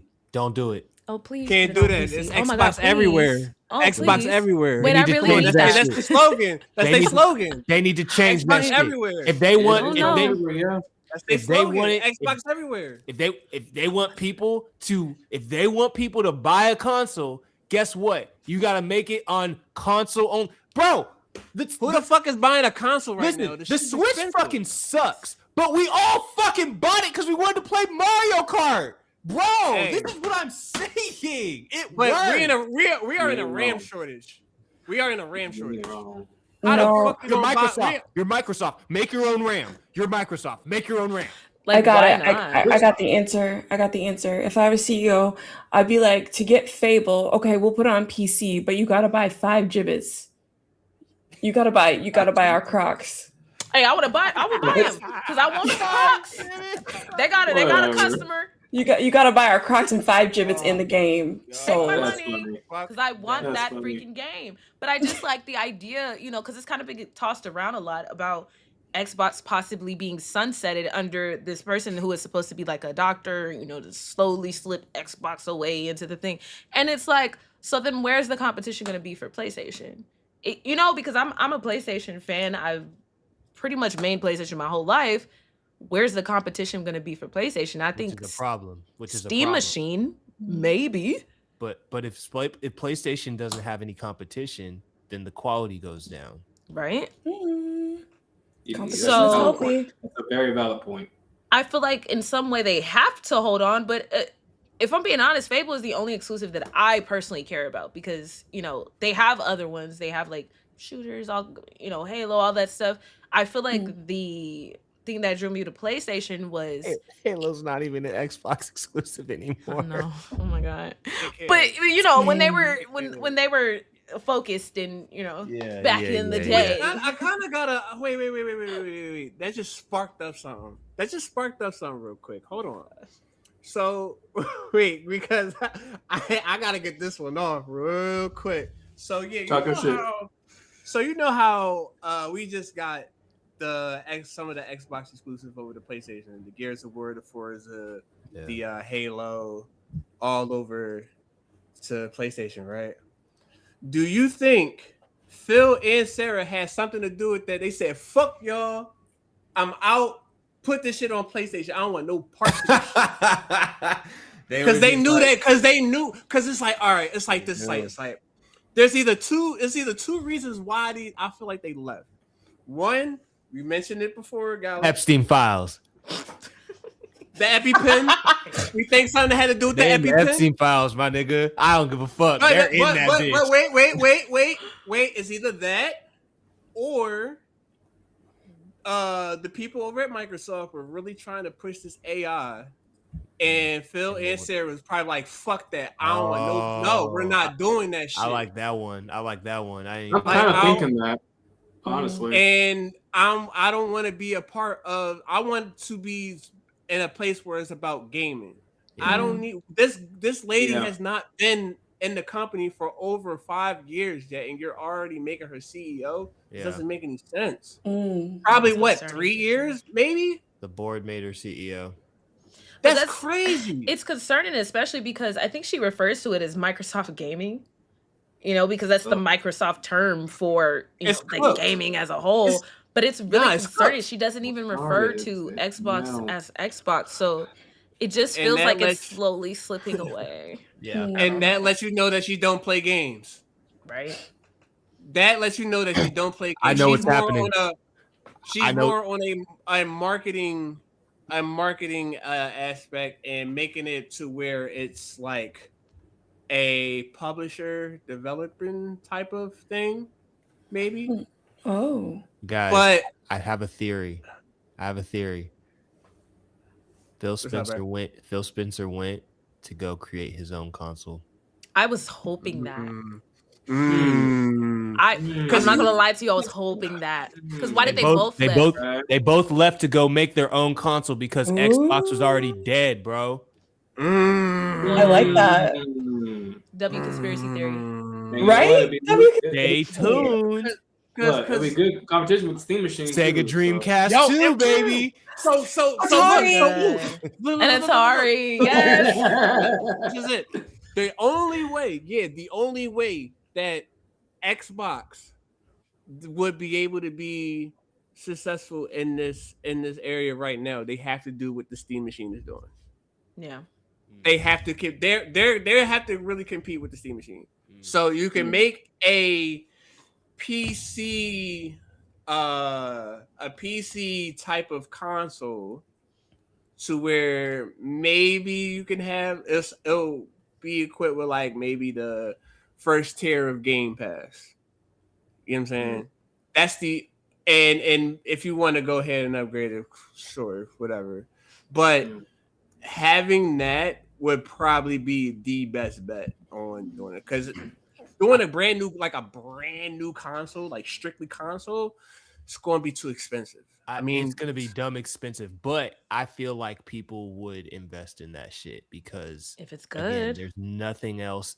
Especially if there's nobody else competing, then people are going to invest in the competition. Yeah. Mm-hmm. And again, like I'm going to keep going back to like Nintendo's game plan, bro.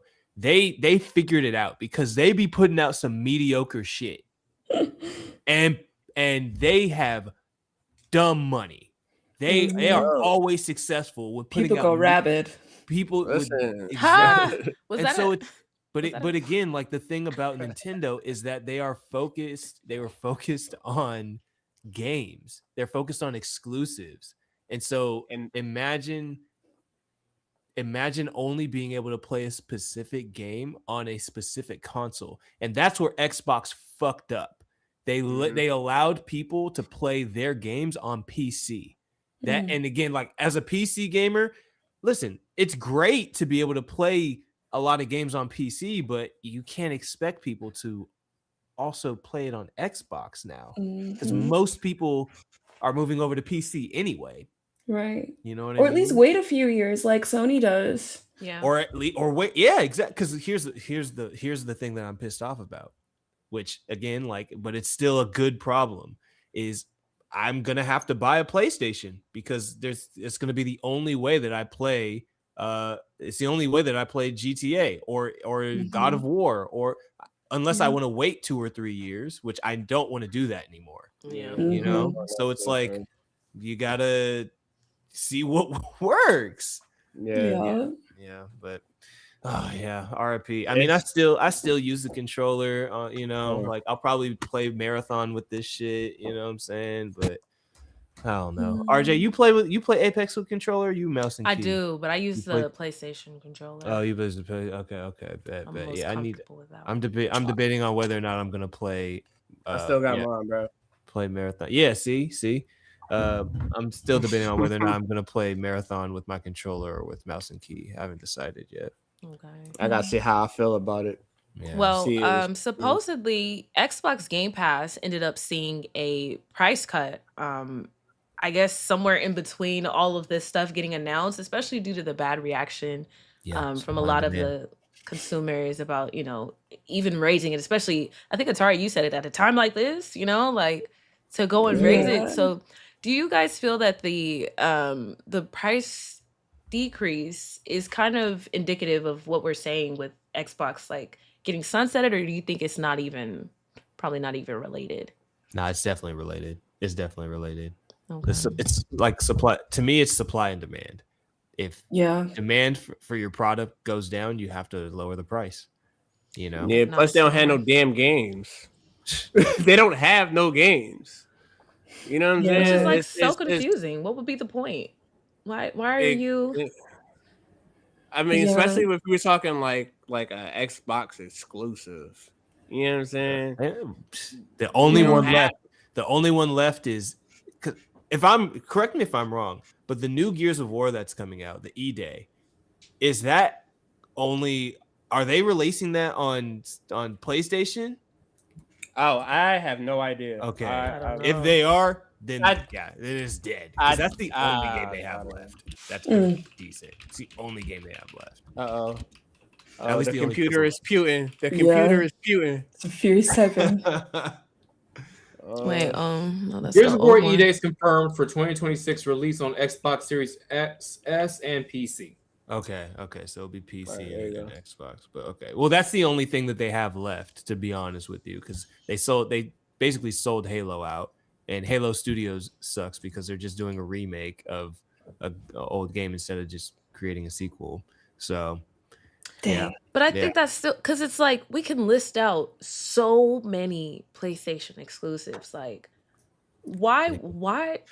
Because I know they have Call of Duty, right? Because technically that's like acquired and all the case. But why would you even not be focusing that? Like, and I feel what you're saying. Like maybe Phil and Sarah were like, just send it to the people who actually care about gaming, because Xbox is no longer about gaming. Like, because it's just like, why don't you have any games? Because they're tied to a bigger company, and it's weird though, because so is PlayStation, but technically, maybe it seems like they kind of operate more autonomously.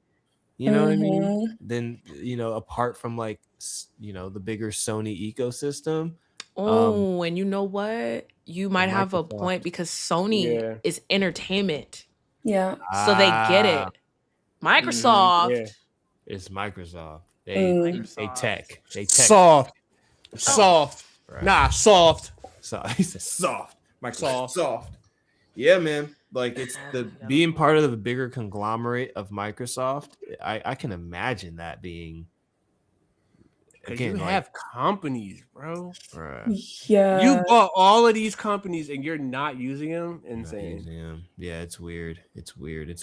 And no, we do not want another Call of Duty. We don't need it. I don't need it. I don't need it. I don't need it. Definitely make a brand new Fallout. Something, bro. Something. Can we get another? Oh man, now it lost me. Like what was that really weird? What was that really weird game on Xbox that took place in the sky that had like that big dude with the drill? What was BioShock? That? But give us another BioShock. Oh, I never played that one. See, like those type of games was really peak. Fable. You know what I'm saying? I know that we're getting another Fable, but like It better be. especially with I think what it is too. They gotta really specialize in like single player games. Yep. Yeah. Something with a Yeah, 'cause They story. don't. Yeah. It's something with a story. They don't have PlayStation no. Prime set right There you now. go. Yeah. Yes, PlayStation S tier when it come down to the stories. We got S bangers tier. on Yeah. top of bangers on top of S bangers. tier. Yeah. I said There that's- are so many unique writers with different backgrounds who have different experience that could give you something brilliant. Just hire a few Yeah. of them. The Last of Us. Oh, come on. And then they're so good. They're so good. They're making TV shows out of them. Yeah. Although I did see that first image of the God of War show, and that shit looked a Yeah, I don't know how. That shit looked a little ass. That ain't my Kratos. I don't Nah, know that what ain't Kratos at all, bro. He Oh no. But But I think it's like they've gotta take chances, but please get the right people behind it, because I feel like with this new, CEO, I feel like they're gonna want to take some chances, and then when it doesn't work, oh no, it didn't work. We tried to take chances, now it's failing. No, get some people who actually understand game. Like, find some Definitely. people who have been successful with launching a brand new thing and bring them on and pay them correctly. But like, bring them on. Like, I don't know why they're so tight fisted. What they should have did was release that. What was that game called? Scalebound. They should have. They should have. Yeah, it was a game. It was an exclusive that was supposed to come out on Xbox, and they canceled that whole shit. I think it was called. Yeah, I think it was called Scalebound. That shit looked tough. I said, "Ooh, I want parts in that." We have nothing. Mm. And it was a single player. It was a single player exclusive. They just got to work on single player games. They're great when it comes down to the shooters. Like, Xbox is known for their shooters. They don't even know who they're competing with at this point, because Game Pass is, technically Game Pass is like competing with Steam, right? Technically. Especially for the PC gamers, right? So it's like, oh, like, are we competing with Steam, or are we competing with PlayStation? It's like they're trying to be in two different places. They need to stay in their lane. They need to stay in their lane, which was, again, competing with PlayStation, right? And they were already. That's the part that kills me, is they were already an established. Listen, Xbox 360 is one of the best gaming consoles ever, right?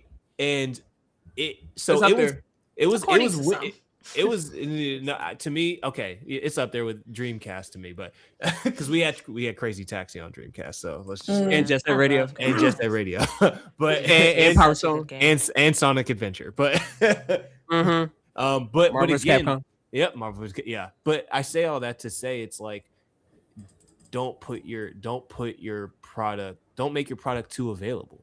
That's it. Yeah. Don't make it too available. Like, I wonder who's like in the top. Like, what are their backgrounds? Are they all tech people? Is a majority of them tech people? Are most of them from the gaming industry? So like, the CEO was the head of AI at Microsoft. Well, yeah, but I'm wondering like the other people as well, though. Like, like board members, because I can also empathize with maybe some people from the gaming industry who are trying to pitch to like the Microsoft people and going like, this is what we know works. Like, we've been in the gaming industry, we know what the people want. And then the tech people going like, no, that's not what the people want. We know what the people want. And they want AI. Right? And it just doesn't, I don't know, something's going on. I would like to know like who's really making the decisions besides the CEO, like whoever's up there. Right. Yeah. I think somebody is literally just looking at numbers. I imagine. I can see that. Because the acquisition of Activision Blizzard, to me, didn't make any sense. Other than, because again, like, listen, Diablo and Call of Duty are big games, but it just didn't fit. The only way that I could see that happening is, they looked at the numbers for Warzone and Call of Duty and said, we want that, we're going to make money off of that. But they didn't acquire it out of like passion or trying to like improve it or anything like that. Right. You know what I mean? And so it's like, I think it's just that Microsoft has been on that type of time of like, money. You know, Yeah, Mr. Krabs. yeah. And I think because it was oh yeah, go for go- it. I was just gonna switch. no, because I was going to say like it was a time when Activision and Microsoft, they was really like this back in like the Modern Warfare 2 days. Yeah. When they were dropping the DLCs like for Xbox first. And I'm like, okay, y'all got one up. I gotta wait, maybe a good 2 weeks or so in order to go ahead and get it. So it's like they have their moments when they do stuff, but as of right now, we're not getting any of that. Yeah. We get the whole damn game on Game Pass for whatever price. I don't fucking know, but yeah, that's about it. Hey man, RIP Xbox. It was fun. You sold out Halo. You're probably gonna sell out Gears. You kind of Forza's kind of taking a dip. Free Phil and Sarah. You know what I'm saying? Hey, y'all look, I'm a salute to y'all though. I'm a salute to y'all though, because y'all did what y'all had to do. Listen, I'm not gonna lie. Yep. Shouts out to Phil for putting the backwards compatibility on the Xbox. Yep. Because he's like, yo, these new games suck. I want to play the old ones. That's cool. Listen, I'm excited to see what they're gonna do next. I'm watching. Okay. I think that they're either going to. I mean, listen, if they're selfish, they're gonna go work for PlayStation or Steam. If they're selfish, they're gonna go do that. For sure. If they care about gaming, they're gonna start their own thing.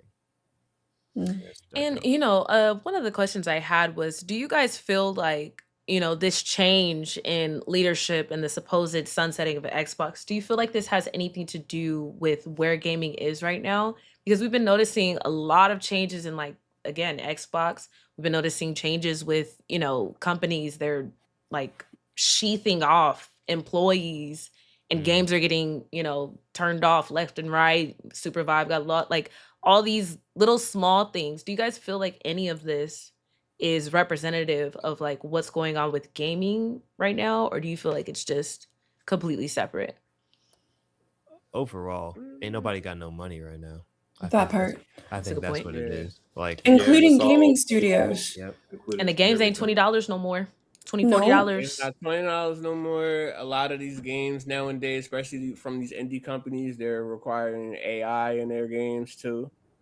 So that's another thing that's happening right now. I don't like it. It's fucking terrible, but Absolutely. that's what it is. Yeah.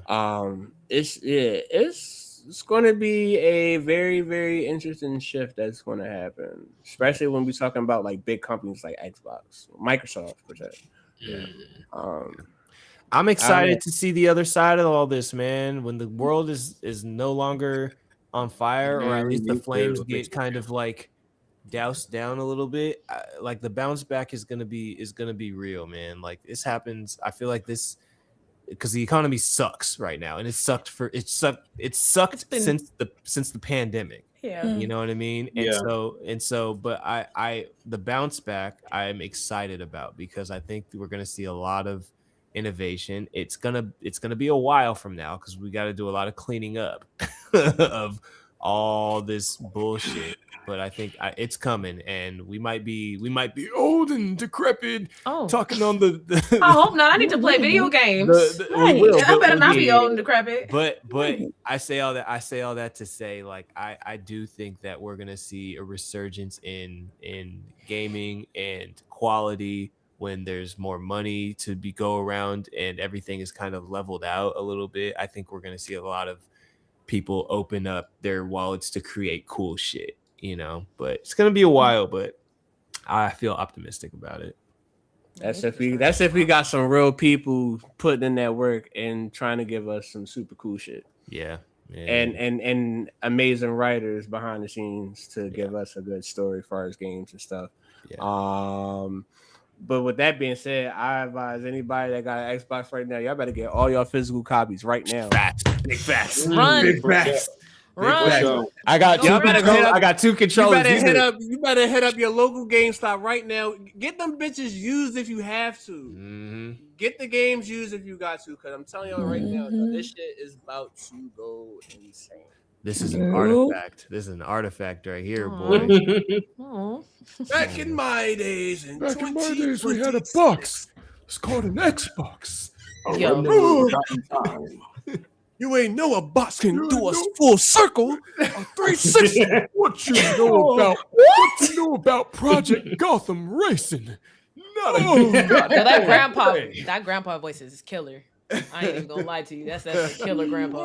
Oh my god. For We sure. had avatars on I would go the exact opposite and start being like an old and like sports and storyteller. Be like, sit down, boy. Let me tell you about. Oh, Kratos. Yeah, hit him with the Kratos. Hit him with the Kratos. Yeah. I would. Yeah. Zeus. Right by the campfire. Right by the campfire. What? Okay, so does anybody have a hot take? Do we need to take a break? I actually don't have a hot take. Nobody has nothing, right? I don't have any hot takes at the moment. All right. Just